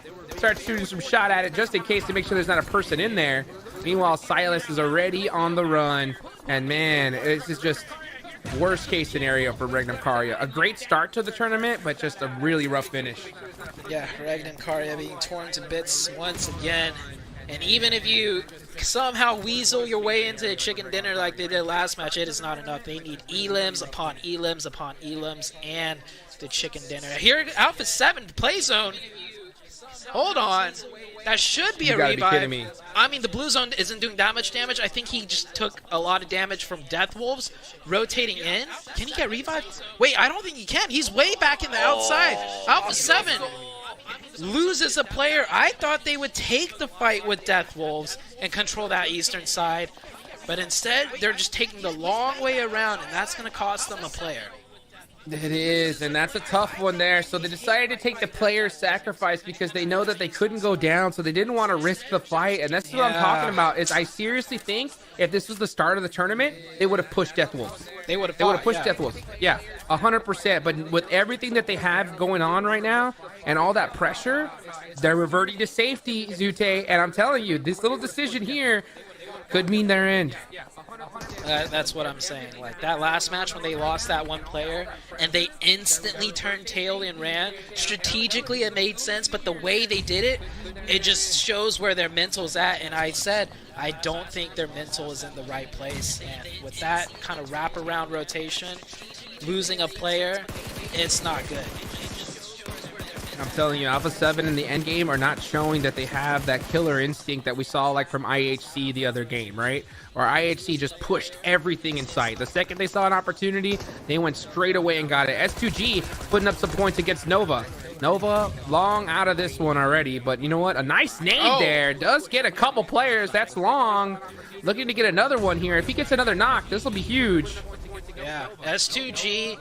Point standing wise, they also have a chance, but I don't think S2G has that killer mentality. For me, it's really just Alpha 7 or IHC. But with 4 elim points, S2G, I mean, if they're forced into the fights, they could get it done. But I think they need to force themselves into some more fights. Next zone pops up, they get the edge of zone, which is good for them. New circle forces Alpha 7 to move, and IHC, meanwhile, has 4 players up. They're out of the zone. I think they're looking at the Falcons' position next. Well, let's see what happens. You know, Alpha 7 are going to have to take on the Death Wolves here eventually to get into this next circle. And if they're able to do it quicker than later, they're going to be okay. But they got to watch out because here comes IHC. IHC is going to be coming on the backside, looking to do a wraparound here. And Alpha 7 do not have the high ground. They're going to have to be very careful because IHC is way too close for comfort. IHC not going to go for the Falcons like you mentioned. They're going to wrap all the way to the east.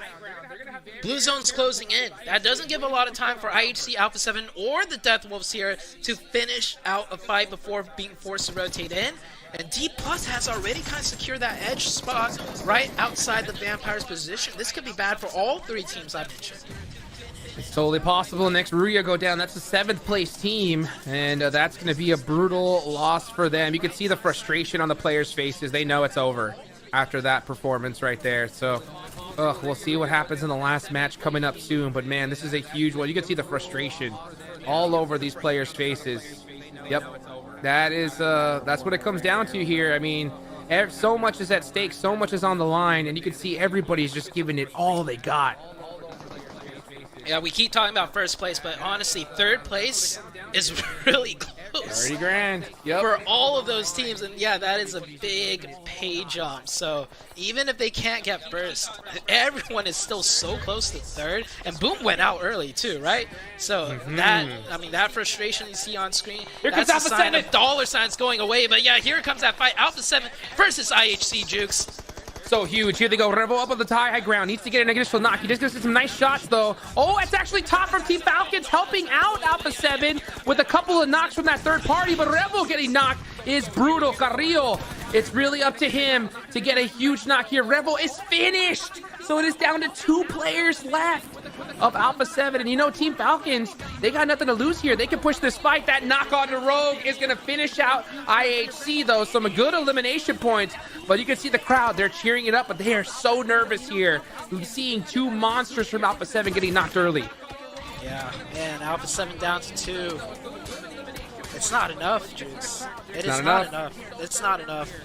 I mean, there's still one more game after this, sure, but it is just not enough. And I'm disappointed in IHC. I thought they were going to take that fight to Falcons, but instead they put themselves in a worse position, getting third-partied. So IHC, maybe a little bit lapse in judgment. Maybe Falcons' position is just too tough to crack open with 4. But either way, IHC is out. Alpha 7 is still alive with 2. They need every singular little point they could get, because if they go out now, they close the gap with rejects by 1, and that is it. Oh boy, what is going to happen here? As you can see, the Falcons are starting to creep up. Like I mentioned, they don't have anything to lose here in this scenario. They know for a fact it's Alpha 7. They know Alpha 7 is hurting. They're trying to hunt those leaderboards. And if Team Falcon wants a chance at trying to even get some taste of this top 3, they want to take out the top dogs here and now. So here they go. They're trying to apply that pressure. Carrillo, the legend himself. We've seen this man pull off miracles. He's going to have to do it again if he wants to keep his team alive. Yeah. New circle being gate kept by Falcons too. Falcons have priority over that new spot. Alpha 7 needs to get it done somehow, some way. D+ is going to be looking to push in here. Vampire, meanwhile, by the way, Jukes, have racked up 7 elim points. So if they pull off an IHC, but a chicken on top of that, not just the elims, but a chicken on top of that, Vampire could have a chance at number 1. S2G have 4 eliminations as well, and there goes Alpha 7. And look at the frustration. You can see them just that they're devastated right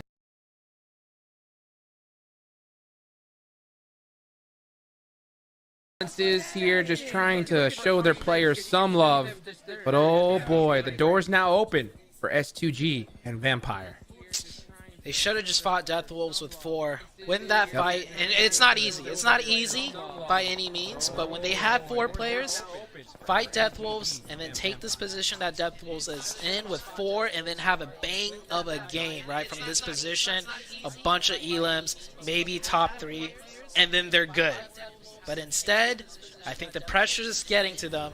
They lose that 1 player, and then ultimately, they close the gap by just 1 point, Jukes. Oh, that's tough. That is just, that hurts so bad. I mean, this is what I was talking about is, you know, you second guess yourself, and one little wrong decision, it means it's over. And, you know, I mean, it's not over yet with considering there's 1 game left, but they are not in a good spot by any means. They're going to have to pull off the comeback of a lifetime in the last match of the day. As we're watching the team, there's a lot of teams at the bottom of the leaderboard still alive here, Zoo. And this is what happens, right? When there's nothing else left to lose, we start seeing those teams that were nervous at first just start playing their own game. Yeah. And if S2G right now with 4 players up gets a decent game right here, they're taking second place.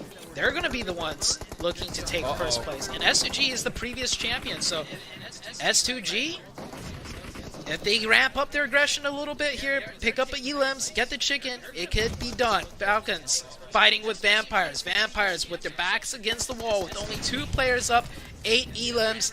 I don't know if this is enough players, but the elims are looking good. They need more.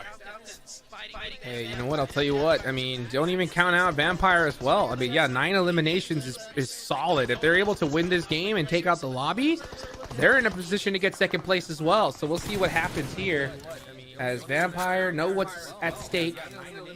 And they're not done yet. Team Falcon, mathematically, out of the running at this point. Well, actually, maybe not. 93 points, 6 eliminations. Ain't too bad, but yeah, they're going to have to take out everybody if they want to stand a chance. Yeah, and it's funny that, you know, every team we look at, maybe, right? But we're saying that because we've seen it done. We've seen chicken dinners with 15, 16 elims, so it is very, very possible. If Falcons get the chicken dinner here with a bunch of elims, they are right up there in that top 3. And there we go. They're starting it off. They're up to 8. 3 players up. New circle. They get the zone too. So they are not done yet. Now we've officially reached top 7. So now placement points are going to be accumulated by the teams that go out. And the only 2 teams that really stand a chance here is S2G and Falcons. And S2G is the main one here.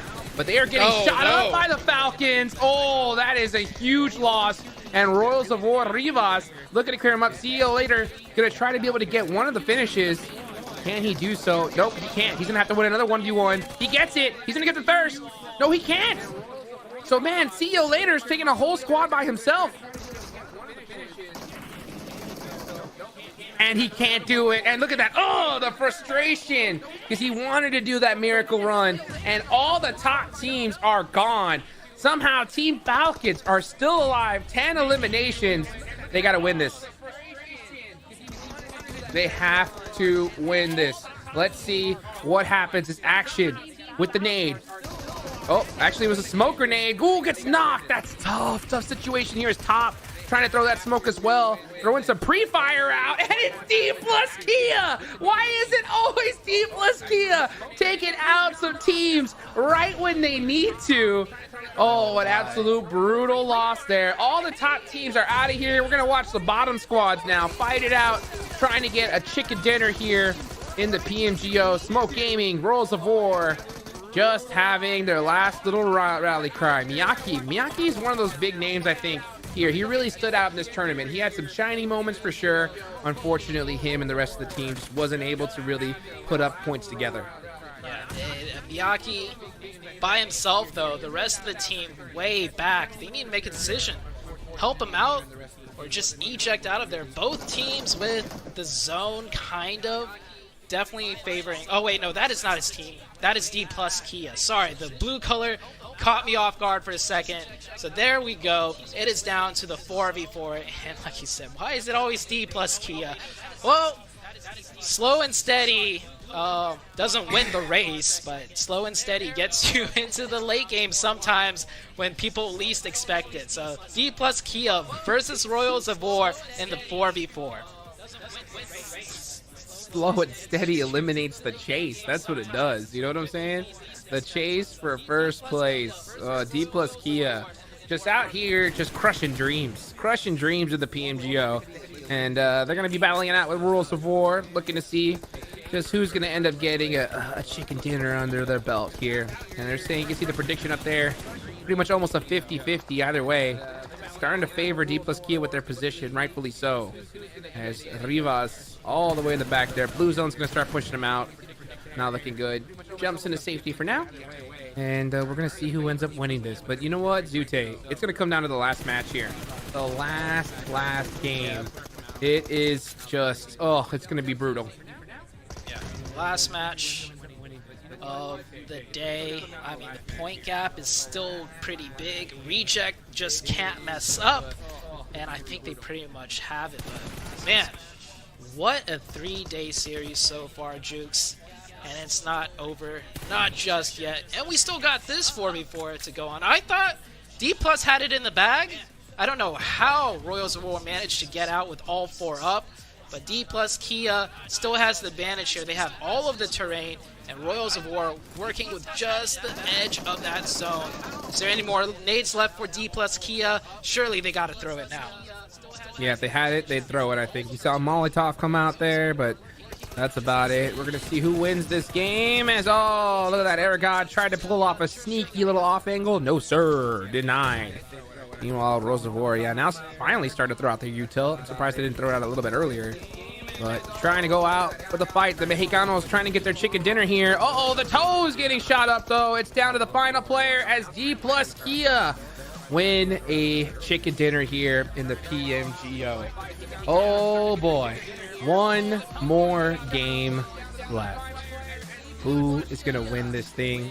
Team Reject looking really good right now, Zute. Yeah, Team Rejects are... You can almost say Team Rejects are chilling. Like, I mean, seeing us as spectators, right? Seeing how Alpha 7 is playing and reacting to things, they don't have what it takes. Not in the last game. They don't. Even if they get the problem is if they get circle blessed, right? That means they're not going to be able to get too many eliminations either. And if they get Circle Blessed seeing how they're playing right now, I feel like they're going to be way too passive. They're not going to be risky and, leave the zone a little bit to look for point opportunities, which is what they're going to need to do to gap that point. I don't think it's possible, Seven. Boys. What do you think? What do you think, With Seven? a performance like that, it is going to end up coming down to the last game, and Alpha 7 just makes their life a lot harder. And for the other teams, I mean, we'll have to wait and see what the overall actually ends up looking like. How big is now that gap that Reject has been able to build up on the other teams? And for some of these teams, something that you've been mentioning throughout the past 3 days, Hot Jukes, has been that prize pool. Remember, after 4th place, that prize pool is pretty much, it's only separated from 5th all the way down to 16th by $3,000. So if you do want to end up being in the top 3.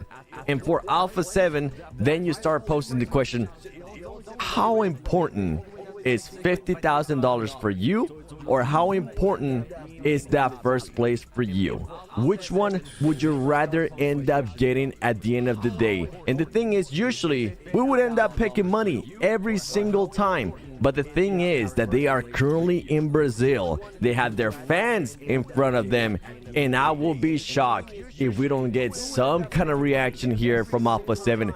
If they don't try to take their destiny into their own hands in this last match. As Reject, you said it perfectly, Sute. They're going to continue doing what they're doing. Yeah, this wasn't a great match for them, but with the gap, they can afford this kind of matches. And the crazy part is that they still got points, Sute. Yep, they still got points. They got 1 less point than Alpha 7, even though they went out like, a good solid 10 minutes earlier. And that's what hurts me the most, Hot Jukes, seeing what Alpha 7 did, right? You see Rejects go out so early, and you fizzle out, right? Not only do you fizzle out, you just get 1 more point than them, but you're alive in the game for like 15 minutes longer. It's just, oh man. Demoralizing, for sure. I mean, it hurts to watch. Because, I could just tell. I know this team so well. 7, you know this squad. You're the #1 Alpha 7 fanboy, right? Can you honestly say, can you look me in the eye and tell me that Alpha 7 is playing the game that they normally play here in the final matches of the day so far? They're not. They're definitely not. I mean, they're starting to doubt things too. The crazy thing is that they haven't even had any favorable circles going their way. That's something that they saw a lot of in the first day, and that's possibly why we ended up seeing so many chicken dinners out of them. But besides that, whenever they didn't have those favorable circles, we didn't really see them get displacement points. We would know that they could put up the eliminations, but it came down to displacement points. It came down to that consistency. Alpha 7 right now at this point starting to doubt themselves. You can see there, DK, I mean, good job to DK being able to get this chicken dinner.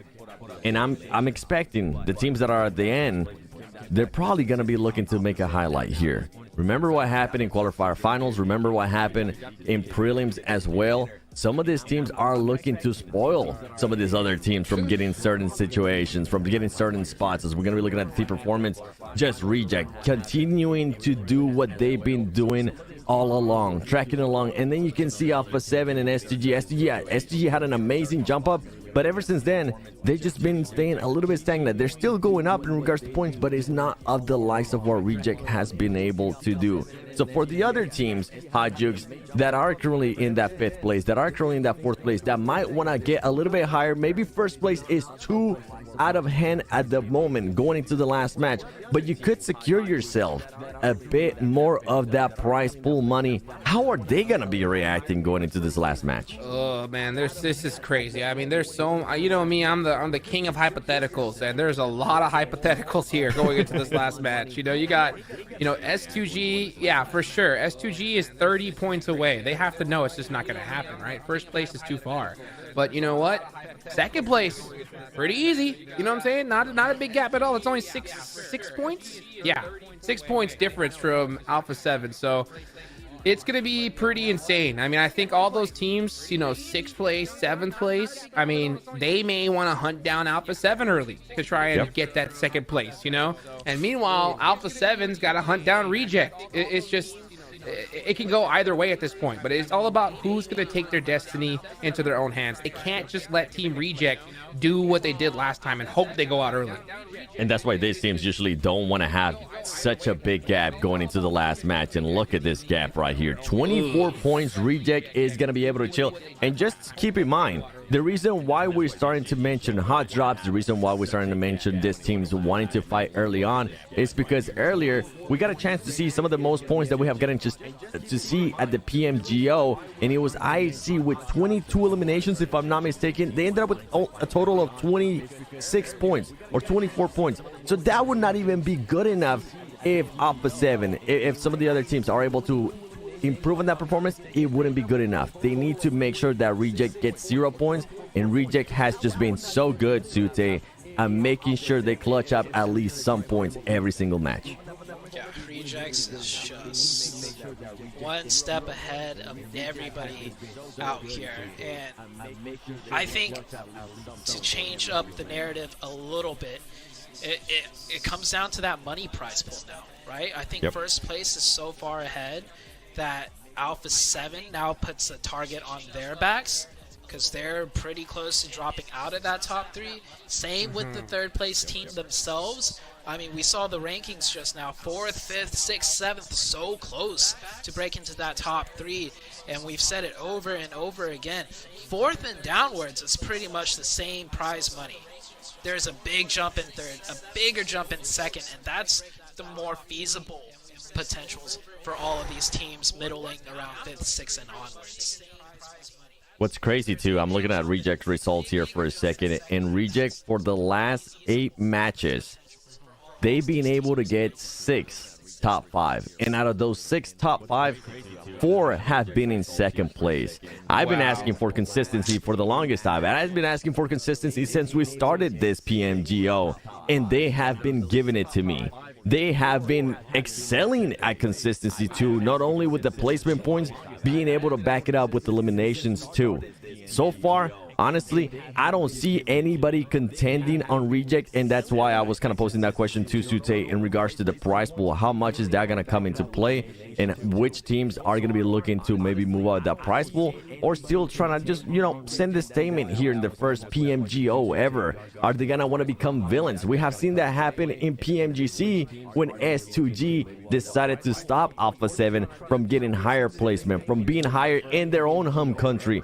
What's going to happen here? Could S2G decide to put on that evil hat on and be like, Alpha 7, we're at your house. Remember what happened at PMGC? Let's see if we can make that happen again. Whew. Man, you know what? I talked to Seven's dad, the accountant. I had him crunch the numbers. I asked him very nicely, and he said the only chance that Reject lose this is about a 5% chance, right? So it's going to be up to Alpha 7 to try and make a miracle happen here if they want to win it at home. Yeah, we'll have to wait and see. By the way, the Real Me 12 Pro Plus elevation photography experience with 120 times super zoom and performance in games. How to be a portrait master.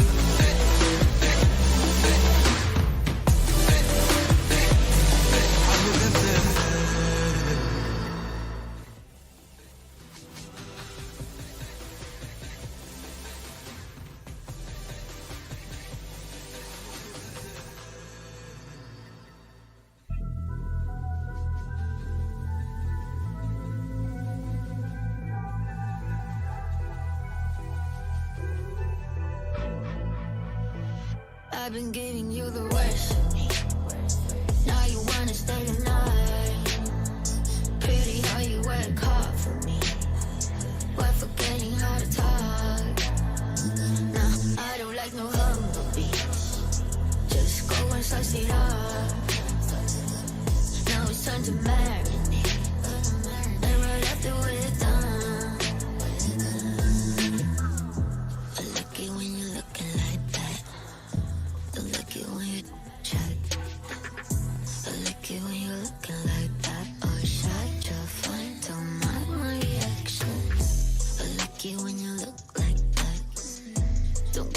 such a bugger with a white mouth. Just lucky when you're looking like no sweets, no rush. My attraction. Don't think twice. I'm here for a moment. No, I like him better. I got church, please help me end up making this forever. I've been giving you the worst. Now you wanna stay the night. Pretty how you work hard for me. Why forgetting how to talk? Now I don't like no humble beats. Just go and suss it up. Now it's time to marinate. And right after we're done, I've been giving you the worst for me.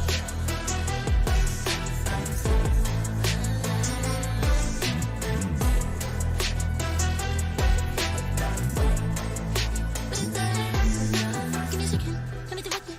I know we can agree. I'm off the leash. Go down on your knees. I got PhD. I'm all that you need. Just give me. I've been giving you the worst of me. Now you wanna stay the night. Pretty how you work hard for me. But forgetting how to talk. No, I don't like no humble beats. Just go and suss it up. Now it's time to marinate. Right after we're done.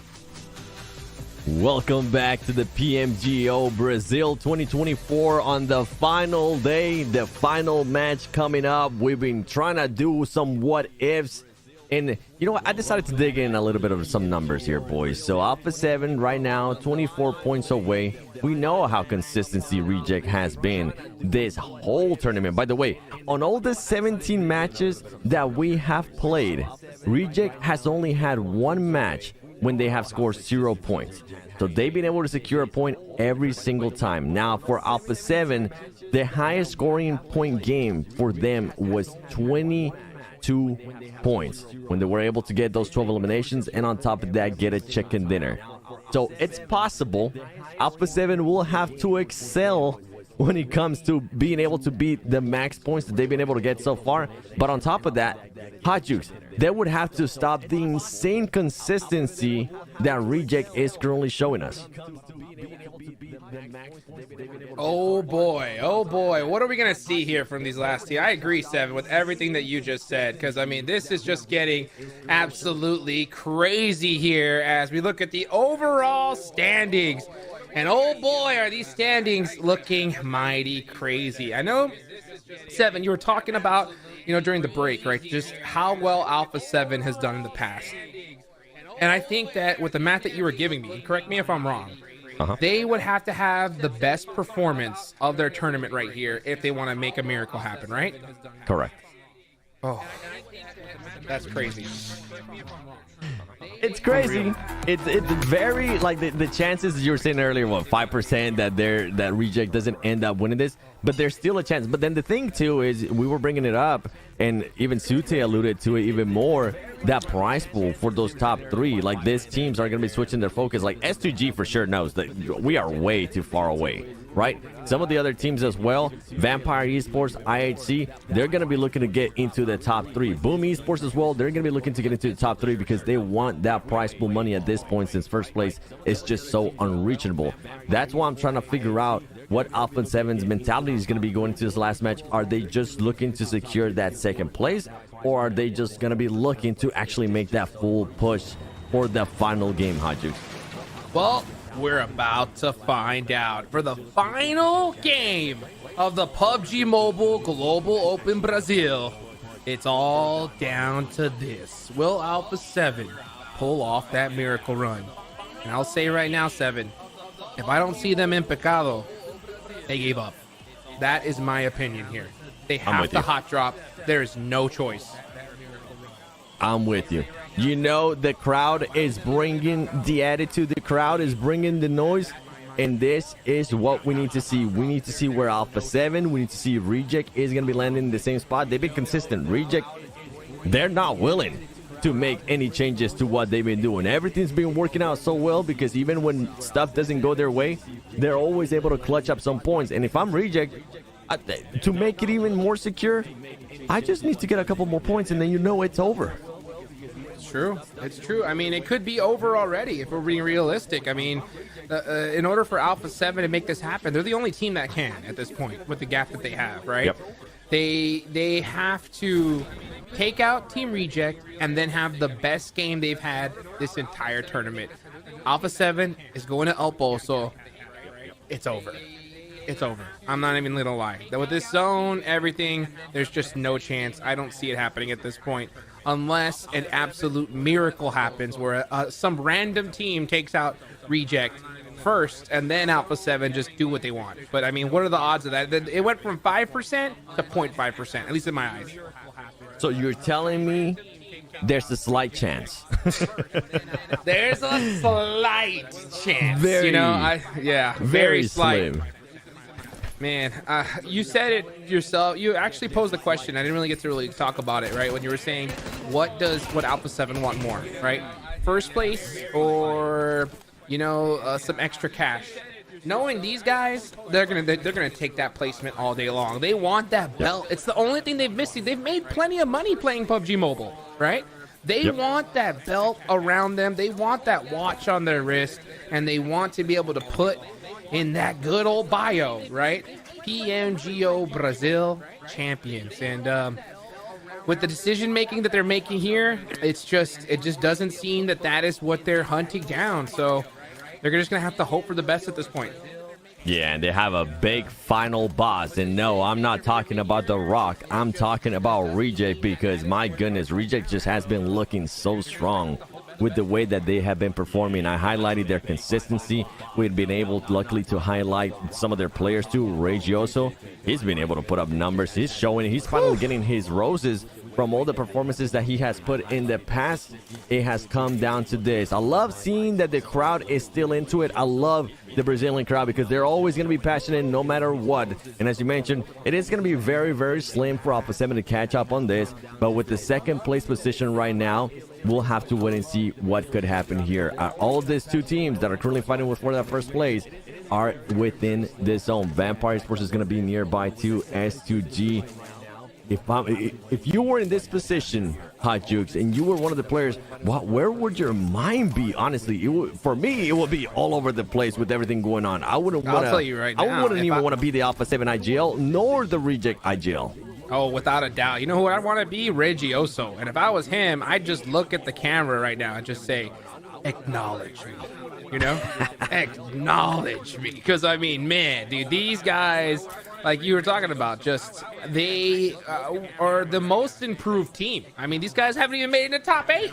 And now they're going to win this thing from all intents and purposes. Unless we see Alpha 7, you know, stand up and put this in their own hands. But with them not doing that hot drop, the door is now open for, you know, Team Reject to just get a couple eliminations, and that should do it. So yeah, I mean, when it comes to Alpha 7, if they were nervous before, it's at an all-time high right now. I can only imagine what their heart rate is like, you know, how their hands are shaking, because, you know, that we've seen it. We've seen in just the past couple games, their gameplay's not the same.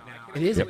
You can just tell that they're second-guessing themselves. They're not making the pushes that we saw at the beginning of the tournament and that marvelous day one that they had. I mean, it's just got to feel so brutal to be one of the players from Alpha 7 right now.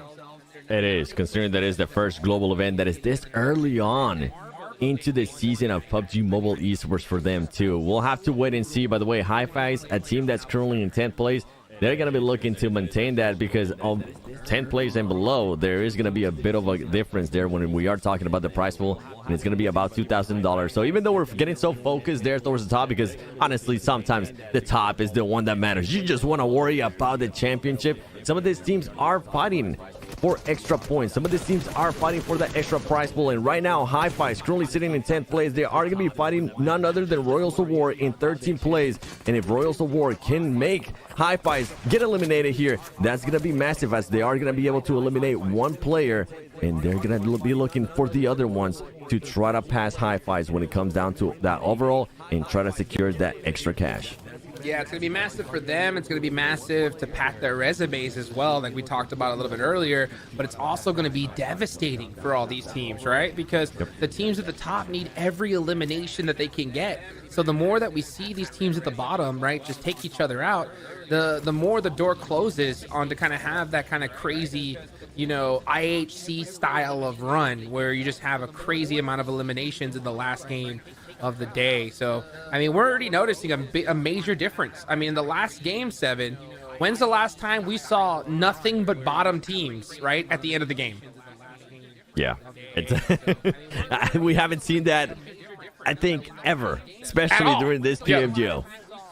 Yeah, it's been nothing but, you know, you just see nothing but the top teams have been point sponges, you know, 10-point elimination, chicken dinner, you know, so on and so forth. And in the last game, it was just nothing but the bottom squads just having it out. So that just goes to show you how much we say, right? You don't want to wait till the last game, because the last games are always different from how the tournament started.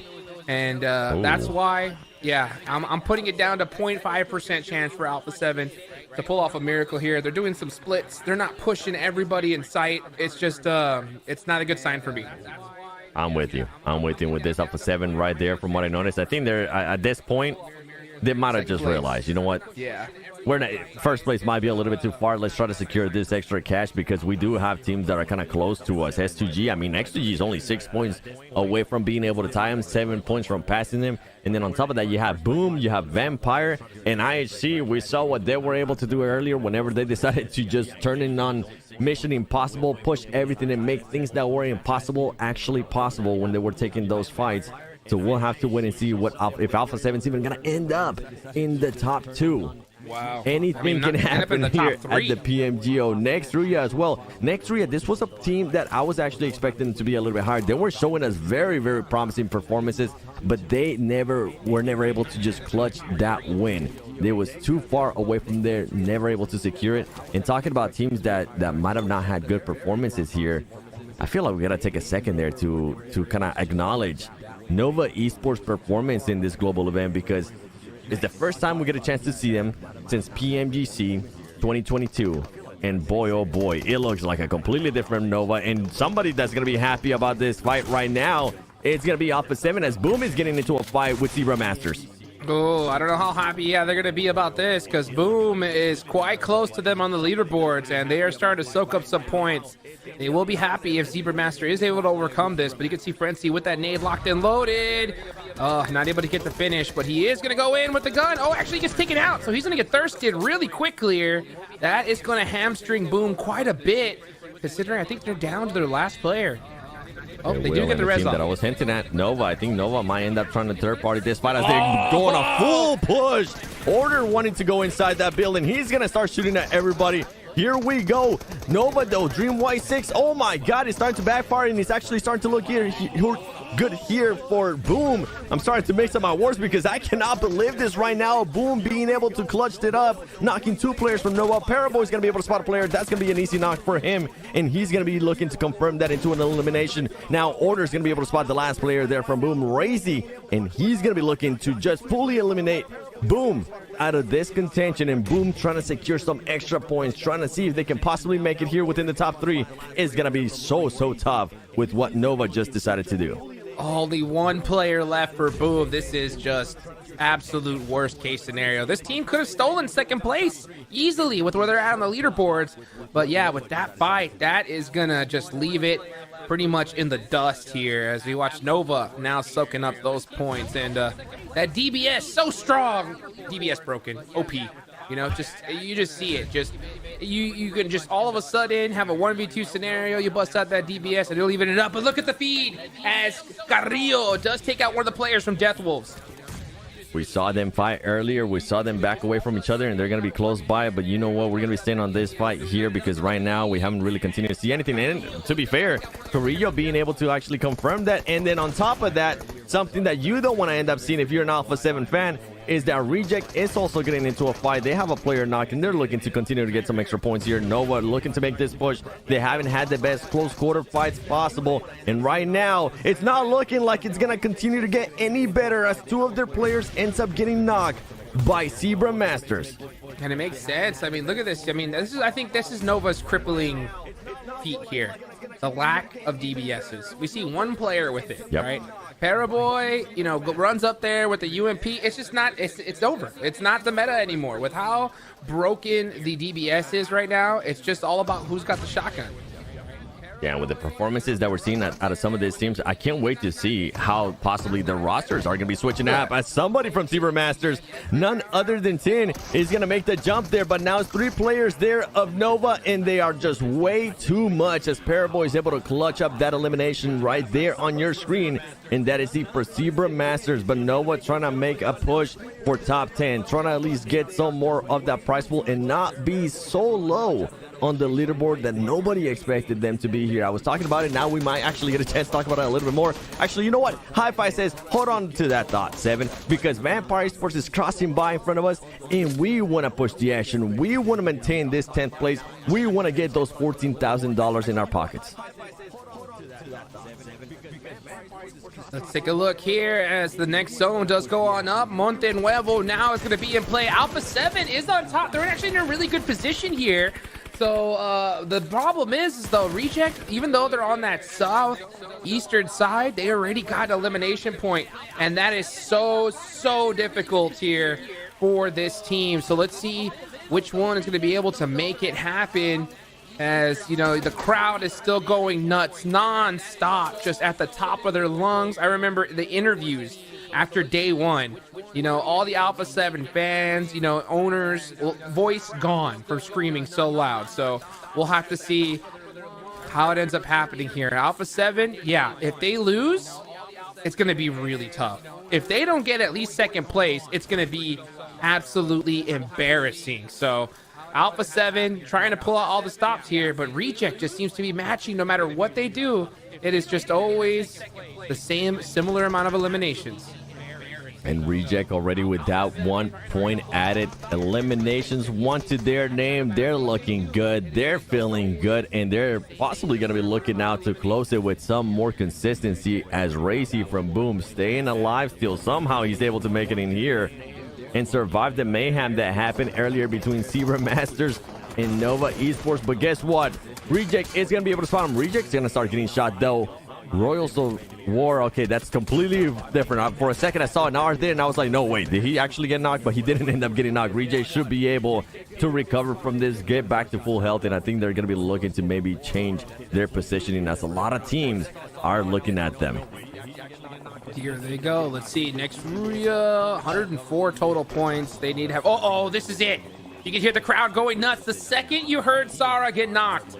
And IHC is very close to them. That's 2 knocks. That's huge. Boom is eliminated. They're done for. And with these 2 knocks, IHC's got to probably start coming down here. But I don't. Was it them that got those knocks? I think it was a different team. Nova. Yeah, it was Nova on the other side. So IHC pushing up onto Reject is going to be absolutely brutal. That Molotov, though, helped stop their push for just a couple more seconds.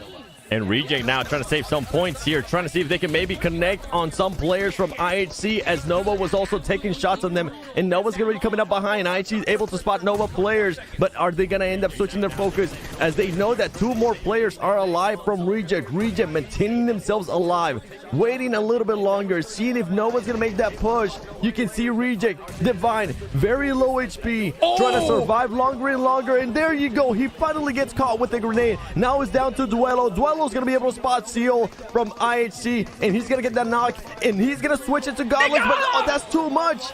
Reject out in 13th place with 1 elimination. You can see the crowd getting hyped, ladies and gentlemen, because if there was ever a chance for an Alpha 7 push to be able to make it, not only would they have to beat their best games that they have played in the PMGO main event, they would have to excel that. Some are nervous, some want the action, and all I can say is I cannot wait to see how the Alpha 7 players are going to be reacting to this, and I cannot wait to see how S2G is also going to be reacting to this, because S2G is in 3rd place, still alive. They can push for that 2nd place. 1st place, a little bit too far away from their hands, but 2nd place, it's definitely within reach. Oh, and the crowd goes wild because one of the huge factors in order to make the Alpha 7 dream run possible has now been achieved. Team Reject go out by just an absolute miracle here with only 1 elimination. Alpha 7 still need to have the performance of a lifetime. They saw the elimination feed. They know they're gone. But what is Alpha 7 gonna do? What is the response? Do you chill back and just try to hold on to 2nd place? Or do you start, you pick up your bootstraps, you tie them tight, stand up, and make it happen? Go for it. Go for it, because IC is going for it here. They're fighting Nova, and that is it for Nova. A finish to a very lackluster event for that team. I'm sure next time we'll see them at a global event, it could possibly be a completely different Nova, as Paraboy not looking happy there. The GOAT of PUBG Mobile Esports, still one of the player with the most trophies. He's gotten everything. He'll be looking to make a comeback, and we still have more events coming for PUBG Mobile Esports later in the year. But for right now, we're still in the PMGO. This is the last game, and anything can happen there between the top 2. I mean, Alpha 7, S2G, Royals of War currently getting knocked by Nextria. Nextria looking to see if they can maybe move up the leaderboard too. It's not going to matter in regards to their prize pool, but maybe in regards to their egos a little bit. Well, let's see if that's going to be possible here, as yeah, we'll see Nova in the future, but Paraboy's going to have to bring a DBS with him. That is for sure.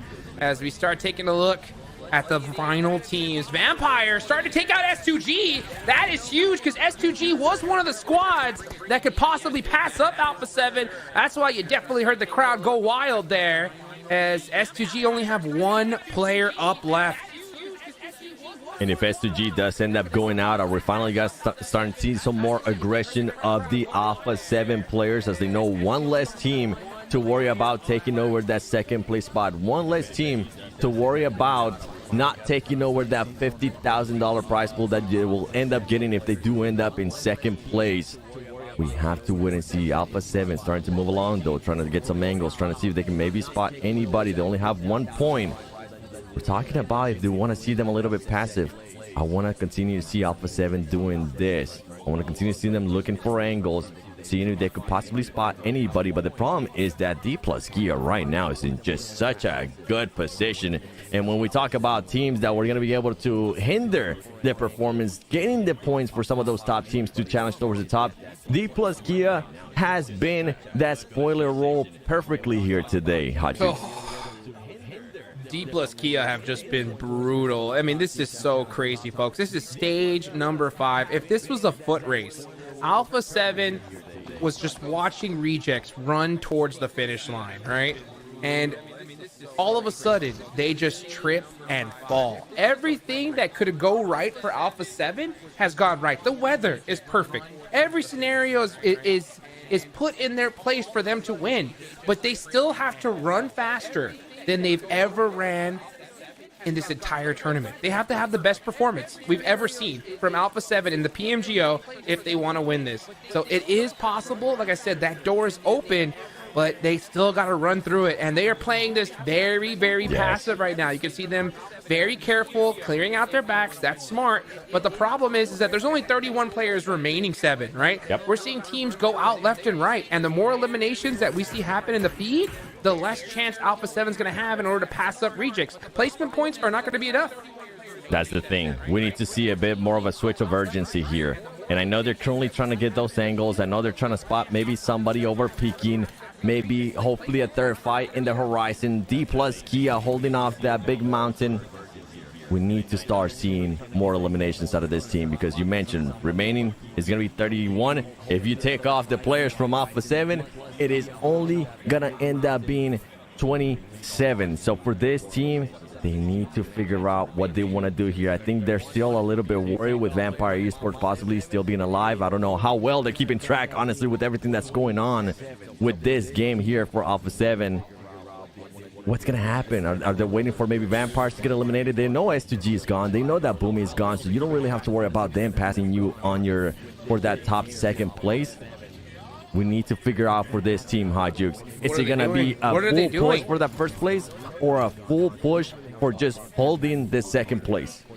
Well, they're holding second place right now. They need to get moving. Like they every single knock in the feed, what are they doing? Honestly, I am so shocked to see Alpha 7 just sit on their heels. I mean, the door is open for them, but with how many people are left, they're going to have to take out the majority of this lobby at this point. And it's going to be harder and harder and harder as it goes on. So Alpha 7, I mean, you guys have it in you. We know that you can take out these teams, but you can't just sit. You got to go now. You got to go 5 minutes ago. Yeah, they definitely do. And I think right now they need to start looking towards their party. They cannot allow Vampire Esports, a team that is currently trying to hunt them down in regards to second place, to third party this. There you go. Now you start seeing some shots there out of Alpha 7. And I think we're going to have to end up seeing the push here for Alpha 7 because the new circle is going to be closing in. And if it doesn't close in on Alpha 7, we will have to see a response. And you know what? From what I can see there on the top right-hand side, Alpha 7 is going to be barely into that circle. So the urgency needs to come up, and they need to figure out, do we want to fight Vampire Esports here, or do we want to try to somehow get all the way up and a little bit closer towards where D plus Kia is? Because D plus Kia right now with this positioning, they are looking so good. Oh, just push Alpha 7. You got no choice at this point. You got to start taking this game in your own hands. And Alpha 7, you can see the hesitancy, you know, Carrillo there with the M249. That's not the weapon he wants for long range, but he's just tapping away, applying pressure. And yeah, I mean, Alpha 7, you could win this game, but you're not going to take home that belt if you don't get at least, you need more than double-digit eliminations. You need something serious. And I think with looking at the map here, Alpha 7 needs to stop focusing on what was happening with Vampire Esports and start focusing on that team there that was on your screen next to Ruya, because if they can end up rotating and fighting them, eliminating them, they're going to be able to control so much ground, but we just want to start seeing more out of them. They're going to need a good amount of eliminations. They're going to have to be in the double digits to even be able to challenge Alpha 7. Rebel getting caught. There goes his vehicle, and I think Alpha 7 deciding to just push it towards Vampire Esports and not push it towards next Ruya. This could be the decision that ends up just not letting them get to that first place, as Vampire Esports has been able to get a little bit closer here to Death Wolves. Vampire Esports looking to make sure that they clear out this area, and Vampire Esports looking to secure even more points so they can hunt down Alpha 7 in that second place, so they can hunt down S2G as well in that third place, because S2G is out, Boom is out, Vampire Esports wanting to get to that top 3. And not to mention IHC. IHC could dethrone S2G as well for that third place. Nobu from D plus Kia, of all teams, takes out Rebel from Alpha 7. And that is going to be tough. He does get a nade in return. But, oh, they are battling it out here on that corner. What will Alpha 7 do? How are they going to respond? Every single elimination, folks, that we see is a nail in the coffin of Alpha 7's dream of trying to win this tournament. You can see Mafioso with a mini from long range. He's just stuck out in the open. I mean, there's just no risk that Alpha 7 seems to be taking here to try to get that first place. At this point, they're just trying to hold on to second. I believe so. I believe that's exactly what they're trying to do, especially with the position. Now it's become a lot harder on them, because now it's not just D plus Kia that's going to have their focus. You can see Vampire Esports not really having to worry about Death Wolves anymore, as Death Wolves only had one player alive. Vampire Esports is going to switch their focus here towards Alpha 7, and this is not where they want to be. Rebel is a little bit too far and too exposed. I'll be shocked if he ends up getting picked up, which I believe some of his teammates might be trying to get a little bit closer and actually pull that pick up. I'm trying to do the math here, Hot Jukes, and I'm going to give you some time to see if maybe you can pull it off, as Rebel gets eliminated. Not looking good here for Alpha 7, as now they are not, more than likely, not going to end up being on the zone. Just took a little bit too long to make these decisions. Too many options, too many chances to fight, but took too long. And at this point, I think they got to switch that mentality. They got to just maintain this second place, because if not, they would have to fully frag out on this squad. on what's left of this lobby to even challenge for that first place. If they want first, they have to eliminate pretty much everybody. They have to just take out the entire lobby at this point. It's just too late. It's just too late. You got D plus Kia too with the dominant position. Next Ryu are going to fight each other. Hi-Fi's getting a knock on the action just closes that door even further. I mean, so yeah, Alpha 7 looking good to hold on to second. And yeah, with Mafioso's position, it's pretty much it. I think we're going to see Team Reject end up with this one. But who's going to win third and who's going to win second? That's going to be the big question here because Vampire, IHC, still in the mix here getting points. A lot of teams looking to get those points. And now with what we're seeing on the screen here, Vampire Esports is looking to close the gap even more to S2G. S2G right now biting the nails, and there you go. Mafioso does end up getting eliminated. Alpha 7 gonna be doing whatever they can just to hold on to this second place. They do have a bit of a gap, and right now if I'm Vampire Esports, I'm like, oh man, it's gonna be a little bit harder to get to that second place, but third place is looking good. You can see them, they have already passed Boom Esports. Boom Esports was in fourth place. I think Reject, look at them, they're starting to smile. They know what's at stake. Alpha 7 being able to spot somebody there from Vampire Esports, but Vampire Esports feeling the pressure, knowing what's at stake, knowing that that third place is within grabs, making the push here to McGrillen, and is going to be able to eliminate them. And now they're going to have to switch their focus to D plus Kia and next Rhea as well, as Vampire Esports trying to get into the top 3. You saw Reggioso there on the left side starting to fan himself because I don't think he can believe where he and the rest of his team has pushed themselves to, because Alpha 7 down to a single player. You can see the look on their faces, just devastated right now. They have to be the most frustrated squad. These guys are so hyped up because they know that they're walking away with a big prize pool, 7. They are $100,000. And not only that, Hodgix, remember what we saw in the announcement of James Zhang? They also get a chance to go to PMWC and getting a chance to win the prize pool of $3 million. Boy, that's when Vampire Esports usually make most of their money throughout the year. But you know what? Vampire Esports is wanting to make some money here. They're wanting to get within those top 3. They're just going to have to defeat Carrillo, which is currently underway. But Schweppes gets knocked. Carrillo not going down without a fight, trying to stay at home, make it happen for his countrymen. D plus Kia helping him out a little bit here, giving him a little bit more breathing room. And out of all the teams, it's always D plus Kia crushing dreams here, as we're gonna finally round out the final match here of PMGO. Bounce nades coming up. Carrillo wide out in the open. He's just gonna have to time this perfectly. And right now, S2G, they know they don't like Alpha 7 as much, but they are going to try to become the biggest Alpha 7 fans, as Vampire Esports is getting very, very close to tying S2G in regards to points and take over that third place. Tony K does end up getting eliminated. Luckily for Newsy, he ends up getting picked up. Schweppes is still alive. They know where Carrillo currently is. This is just such a tough position for Vampire Esports, because not only do they have Carrillo, one of the best players in the world, right in front of them, they also have to worry about D plus Kia, and on top of that, they also have to worry about next Rhea trying not to get an angle on them. Madness is ensuing. We might have the top 2 locked in, but that third place is open for anybody here, and it's open for Vampire Esports. That's right. It is. The door is open without a doubt. By the way, I think if Carrillo kills everybody, I mean, we could say something magical happened. He gets a knock, but it's over. And it's over. With those knocks there from D plus Kia. Carrillo still alive, though. Just having a good old time there towards the end. And always good to be able to see them make it to the end. But, I mean, man, it hurts my heart to see them, kind of concede that chance that they had at the start, because everything did go right for them, right? Yep. But they just weren't able to walk through that door that was open for them. And then the doubts will start setting in. They'll start to wonder, what can we do? What can we end up doing to finally possibly get our hands on that gold, on that global championship? IHC wanted to do something, but it's going to be tough, as it's only going to be just one player. IHC, to be fair, they do have 6 eliminations. Team Falcon gets eliminated there. One of the teams that we are expecting them to contend a little bit more towards the top. Not one of their best tournaments, but we'll have to wait and see how they respond for the rest of the year. Carrillo trying to create some highlights here, trying to get some more points, because Vampire Esports were within the we're within those placement points. We'll have to wait and see how that ends up for the top 3, and if S2G does end up dropping out of that top 3 situation. But now we're gonna be moving over to next Ruya.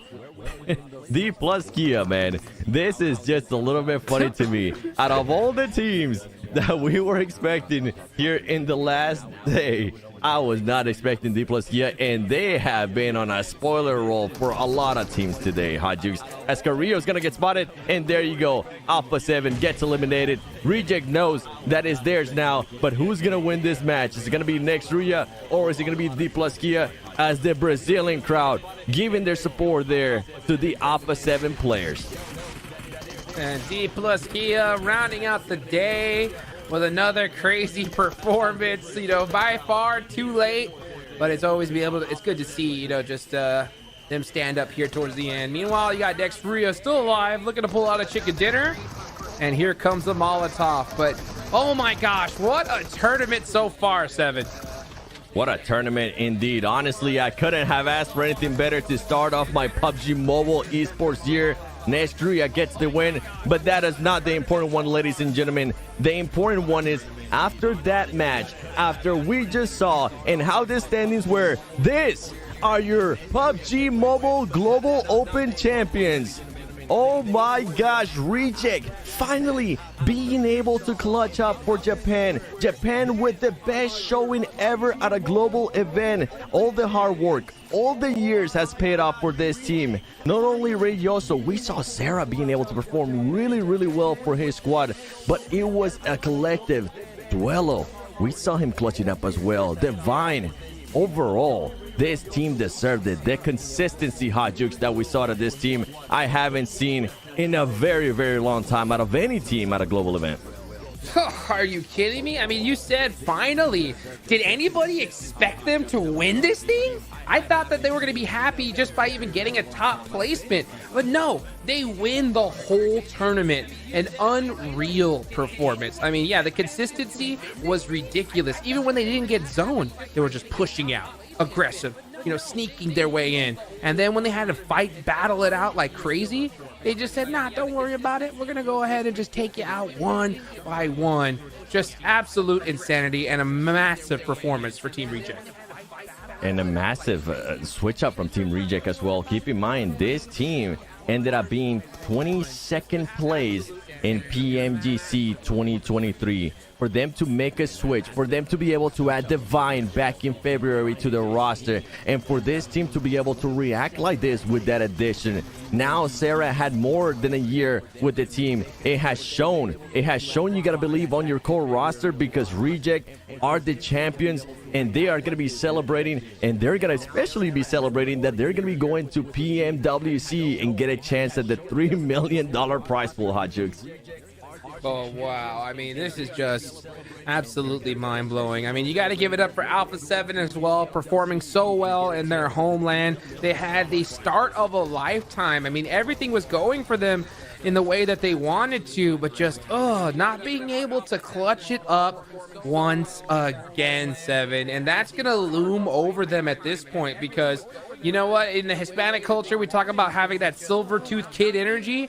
That's what they have at this point, because they just keep getting that silver over and over and over again. They keep getting close and close. They keep making changes and changes too. I mean, for Alpha 7, they ended up switching out Senatexa. He ended up leaving to a different team. So they decided to add McGrillen. And McGrillen had an amazing year last year when he was playing with intense games. So they were expecting a lot more. But once again, they fall short. They need to find that consistency when it comes to Alpha 7, because boy, when it works for them, it works out so well. The highs are so highs, but the lows are so lows. But it's not about them. It is about Rejects, as they are the PMGO Brazil 2024 champions, and I can't wait to see them lift that trophy, Hot Jukes. It's gonna be amazing. They deserve it. No other team deserves it more than that one, with the consistency that they have showcased. Absolutely. I mean, an absolute ride for this team as we finally take it on over to the main stage for them to lift the trophy in person. PMGO champion is Congratulations, you can leave the trophy now. Congratulations, go on. It's your trophy. You had a great path into this. Congratulations.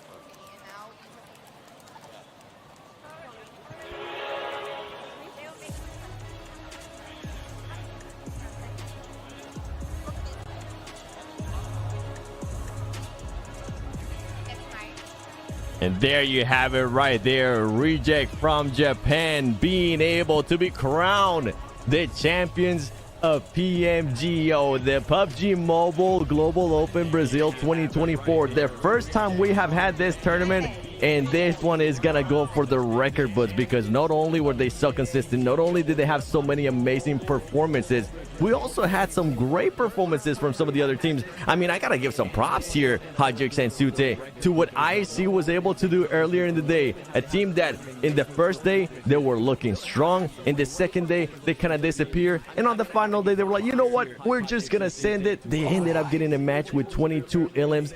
The crowd from Brazil, heartbroken, but overall, they gotta be happy. They gotta be happy because we got this chance to see some amazing PUBG Mobile esports.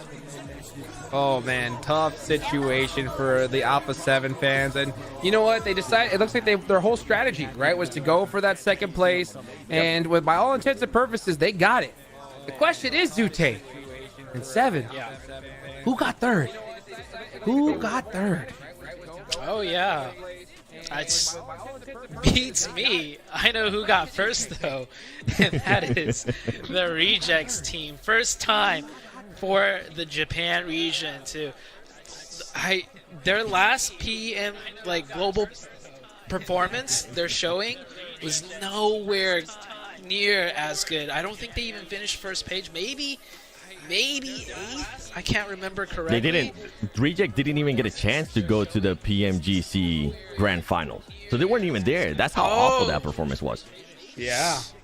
Okay, well, from not even making it to first, let's hear what they got to say. Reject is just now winner, the champion of 2024 PMGO Brazil. Congratulations, guys. You were amazing. Congratulations. I have a few questions for you.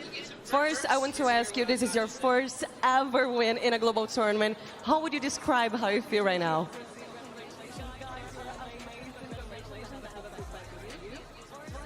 今年のグローバルイベントで初めての対戦になります。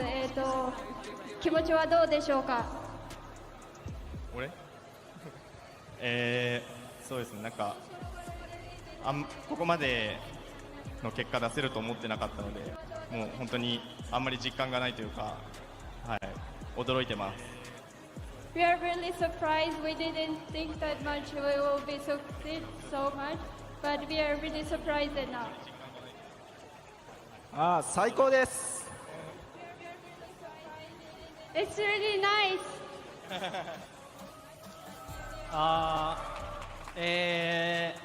世界一を夢見て何年も世界大会に出て負け続けてきたんで、ここで世界一取って夢を叶えることができたんで、すごく嬉しいのと、あとは全ての人に感謝したいです。And they had a lot of world tournaments, but this is the first time that they are winning, so they are really happy. And also, I would like to say really thank you for the fans and families. So, English or?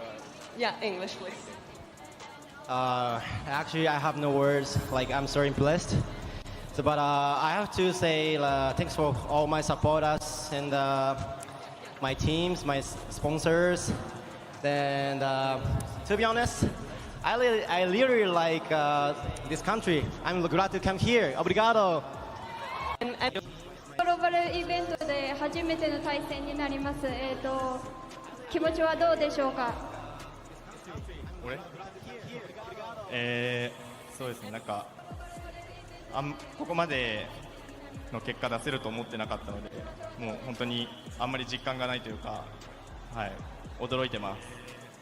We are really surprised. We didn't think that much we will be succeed so much, but we are really surprised now. あー、最高です。It's really nice.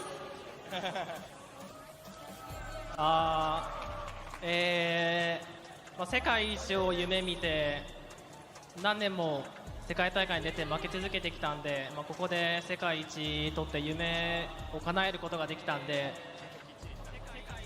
すごく嬉しいのと、あとは本当全ての人に感謝したいです。And they had a lot of world tournaments, but this is the first time that they are winning, so they are really happy.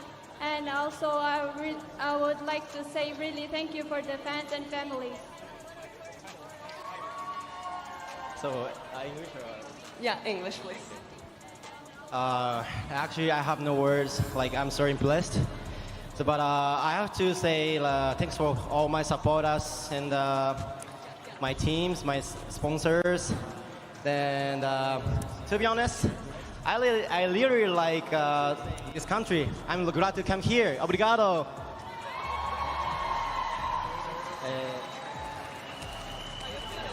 最初の大会、僕が戻ってきてリジェクトの最初の世界大会で、結果を出すことができて本当に嬉しいです。It's first tournament that I returned to the reject team, and then we could succeed. I'm really happy for that. Great, thank you. And just first to finish, I would like to ask you congratulations once again, and any last words that you would like to share with your families and fans that are very happy with you? Sorry. ファンや家族やファンの皆さんにと何か言いたいことありますか？やったぞWe did it! やっとこの世界一っていうところを来れてよかったです。ありがとうございます。We are in the world number one. Thank you guys. まずは本当に応援とサポートありがとうございます。これからまた何か新しいことに挑戦して違う自分を見せれたらなと。Thank you for supporting us, and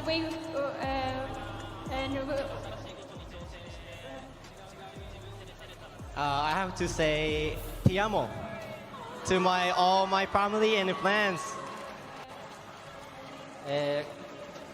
今まで本当に応援してくれた家族をはじめ、もう本当ファンの皆さんには本当に感謝してます。ありがとうございます。I'm really grateful for my families and friends. Thank you very much. Thank you so much. Again, congratulations on your win. And just for us to finish, I would like to invite here on stage Carol, who is my co-host. Thank you so much for being such an amazing lady, you're an amazing host. Thank you so much, and congratulations again for Reject, who got this win, their first global tournament that they win. Congratulations, that's a huge moment for you. And I would like to thank everyone that is here in São Paulo watching us live, and everyone who's at home too. Thank you so much for being with us. You are amazing. I loved being here at 2024 PMGO Brazil. That was an amazing experience. Thank you so much. Thank you so much. Família, quero agradecer todos vocês que fazem o cenário do PUBG Mobile ser cada vez melhor. Vocês são incríveis, essa torcida maravilhosa. Deixa eu ouvir vocês mais uma vez, por favor, vai! Isso! Muito obrigada, o nosso muito obrigada. Obrigada. A special thank you to all the broadcast shows, all the broadcast teams, the showcasters from all regions of the world. You guys are amazing. You guys make this game even more amazing. Thank you so much. Thank you so much for all the hard workers here in Brazil and out there. Muito obrigada. E o nosso muito obrigada. Isa, you're amazing. Thank you so much. You're amazing. Everyone here is amazing. Thank you so much. See you in the next tournament. Let's go. Valeu, Bye-bye. família. See you soon. Tchau, tchau. Thank you.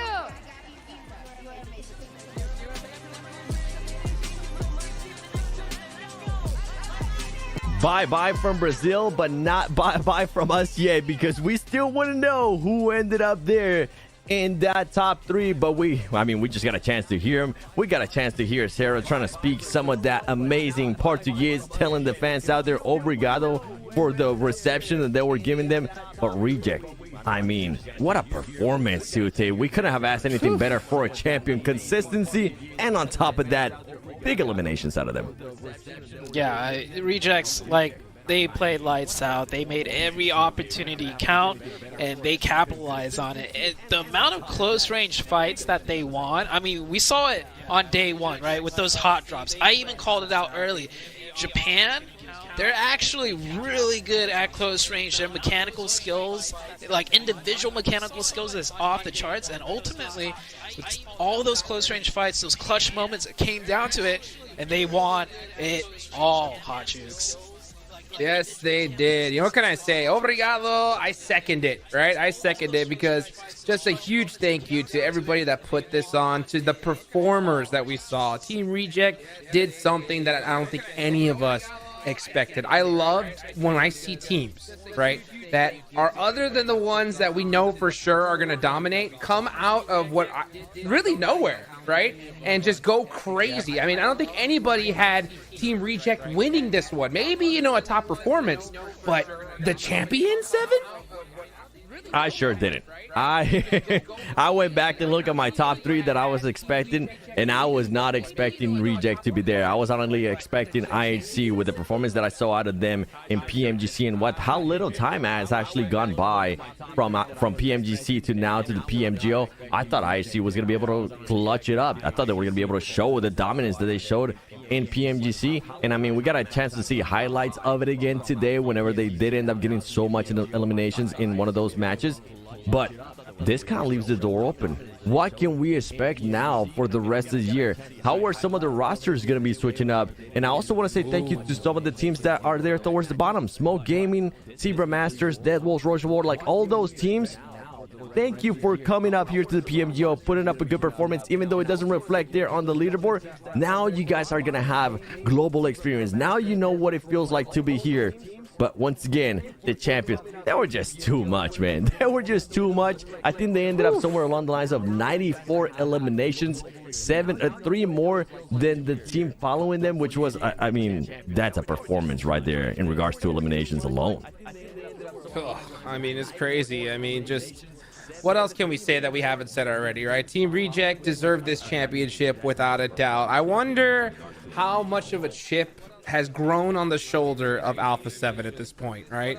The fact that they couldn't get the championship here is just gotta be heartbreaking. I guarantee you, out of all the teams that are disappointed, none, right, can be more disappointed than Alpha 7 here, even though they still got second place, $50,000. I think a majority of people would go nuts over that, Zoo, right?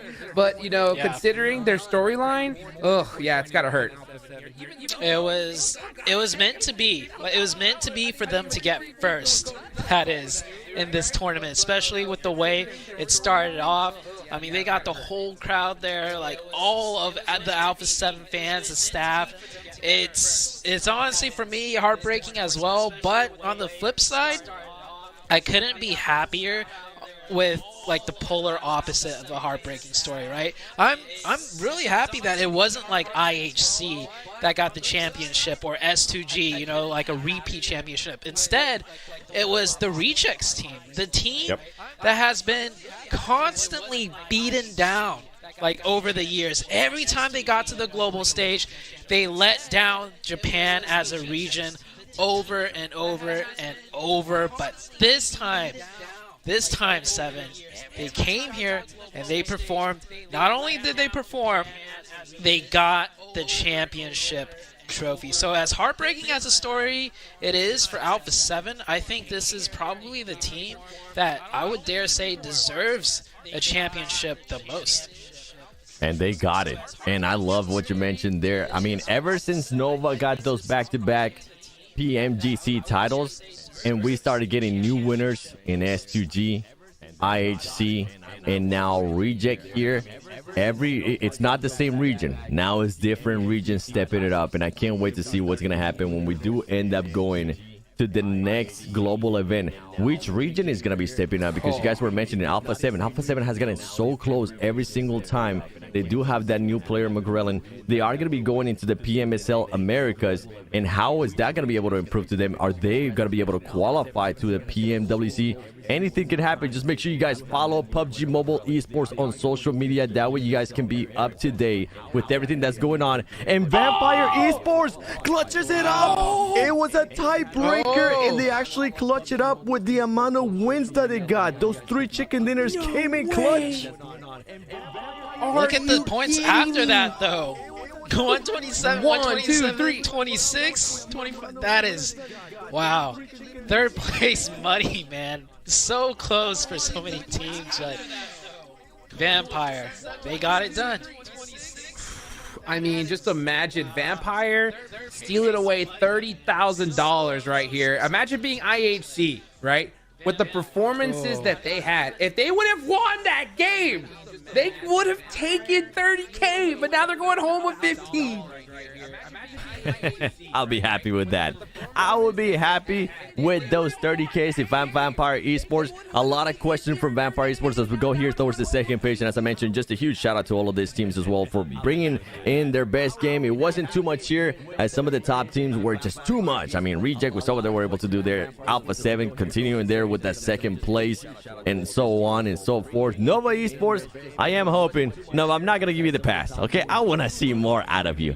I want to see that Prime Nova that I fell in love with back in 2020, back in 2021, and I'm sure if there's ever a team to count on, I'm sure they'll end up coming back strong as well. But overall, what an insane finish there in the top 3. We were expecting it, boys, to be close. We were not expecting it to be that close, to the point that IHC and Vampire Esports ended up tying. And for Vampire Esports, what I wanted to say about them is, finally, they're able to show up at a global event and have a good performance. It's not only in Saudi Arabia that they have good performances, now it's in the PMGO as well, Hajux.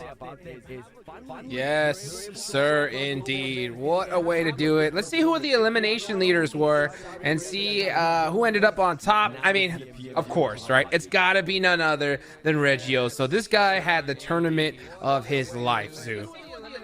Yeah, Reggioso played lights out, but it was a team effort. Every time the opportunity came, they always trusted Reggioso to be off by himself in the riskier positions to get the extra elims, to get the points. But not just that, we saw close range fights like DBS range where it was Reggioso that clutched it up for the team. So this guy really held it down for the team. So shout outs to Reggioso. Revo coming up there with 32, Tony K with 27, Swain and Schleps. Man, all of these players played extremely well.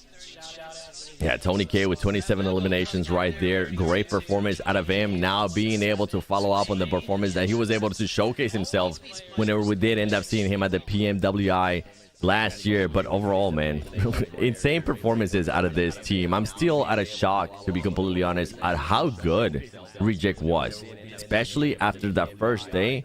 Coming into that second day, getting those finishing off the first day with the chicken dinner, and then following it up with the second place, the first place, and not slowing down, keeping it going. That's what you want to see out of champions. And hopefully, just hopefully, we'll continue to see performances like this from this team when we do end up seeing them again, Hot Jukes, at PMWC.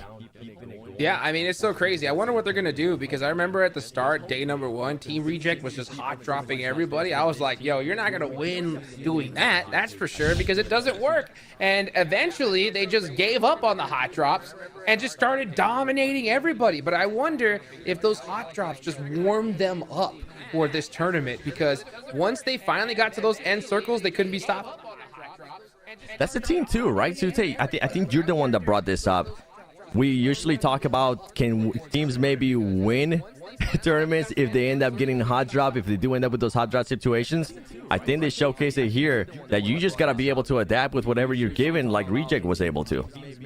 Yeah, and they never changed drop spots once throughout the entirety of the tournament, regardless of where they were in the leaderboards, how much pressure was on.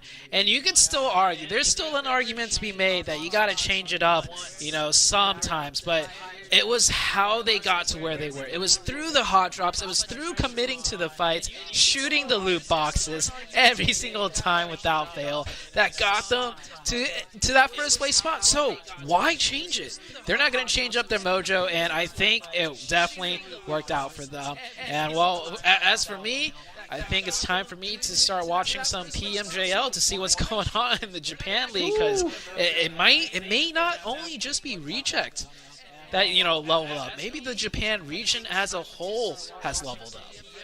Yeah, there might be some of the other teams there, boys, but we are coming to an end here. And before we end it, I do want to give you guys the floor to give us some closing words. We'll start with you, Hot Jukes, first.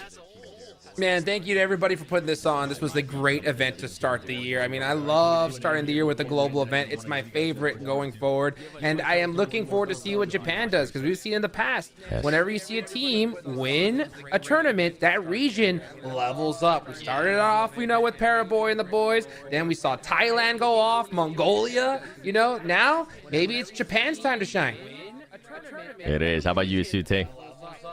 Yeah, I mean, I gotta agree. I'm definitely gonna be, keeping an eye on PMJL a little bit, see what they got cooking there. But other than that, thank you to everyone watching. Thank you to all the spectators. Not just that. Thank you to all the competitive players too. You guys, every year after year, it gets harder and harder, but you guys continue to level up, and I'm sure there's quite a few competitors or, esports players in here in the chat too. So shout outs to you guys.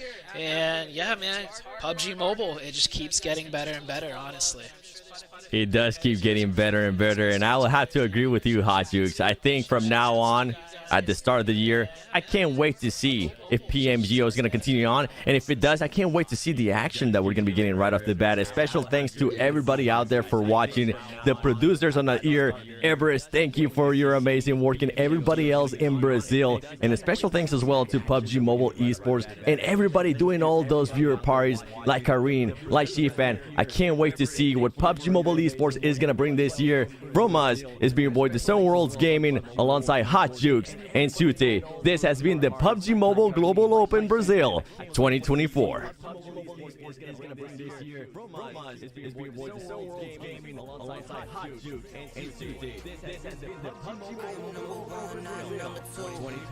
If I'm not the one, I'm uncomfortable.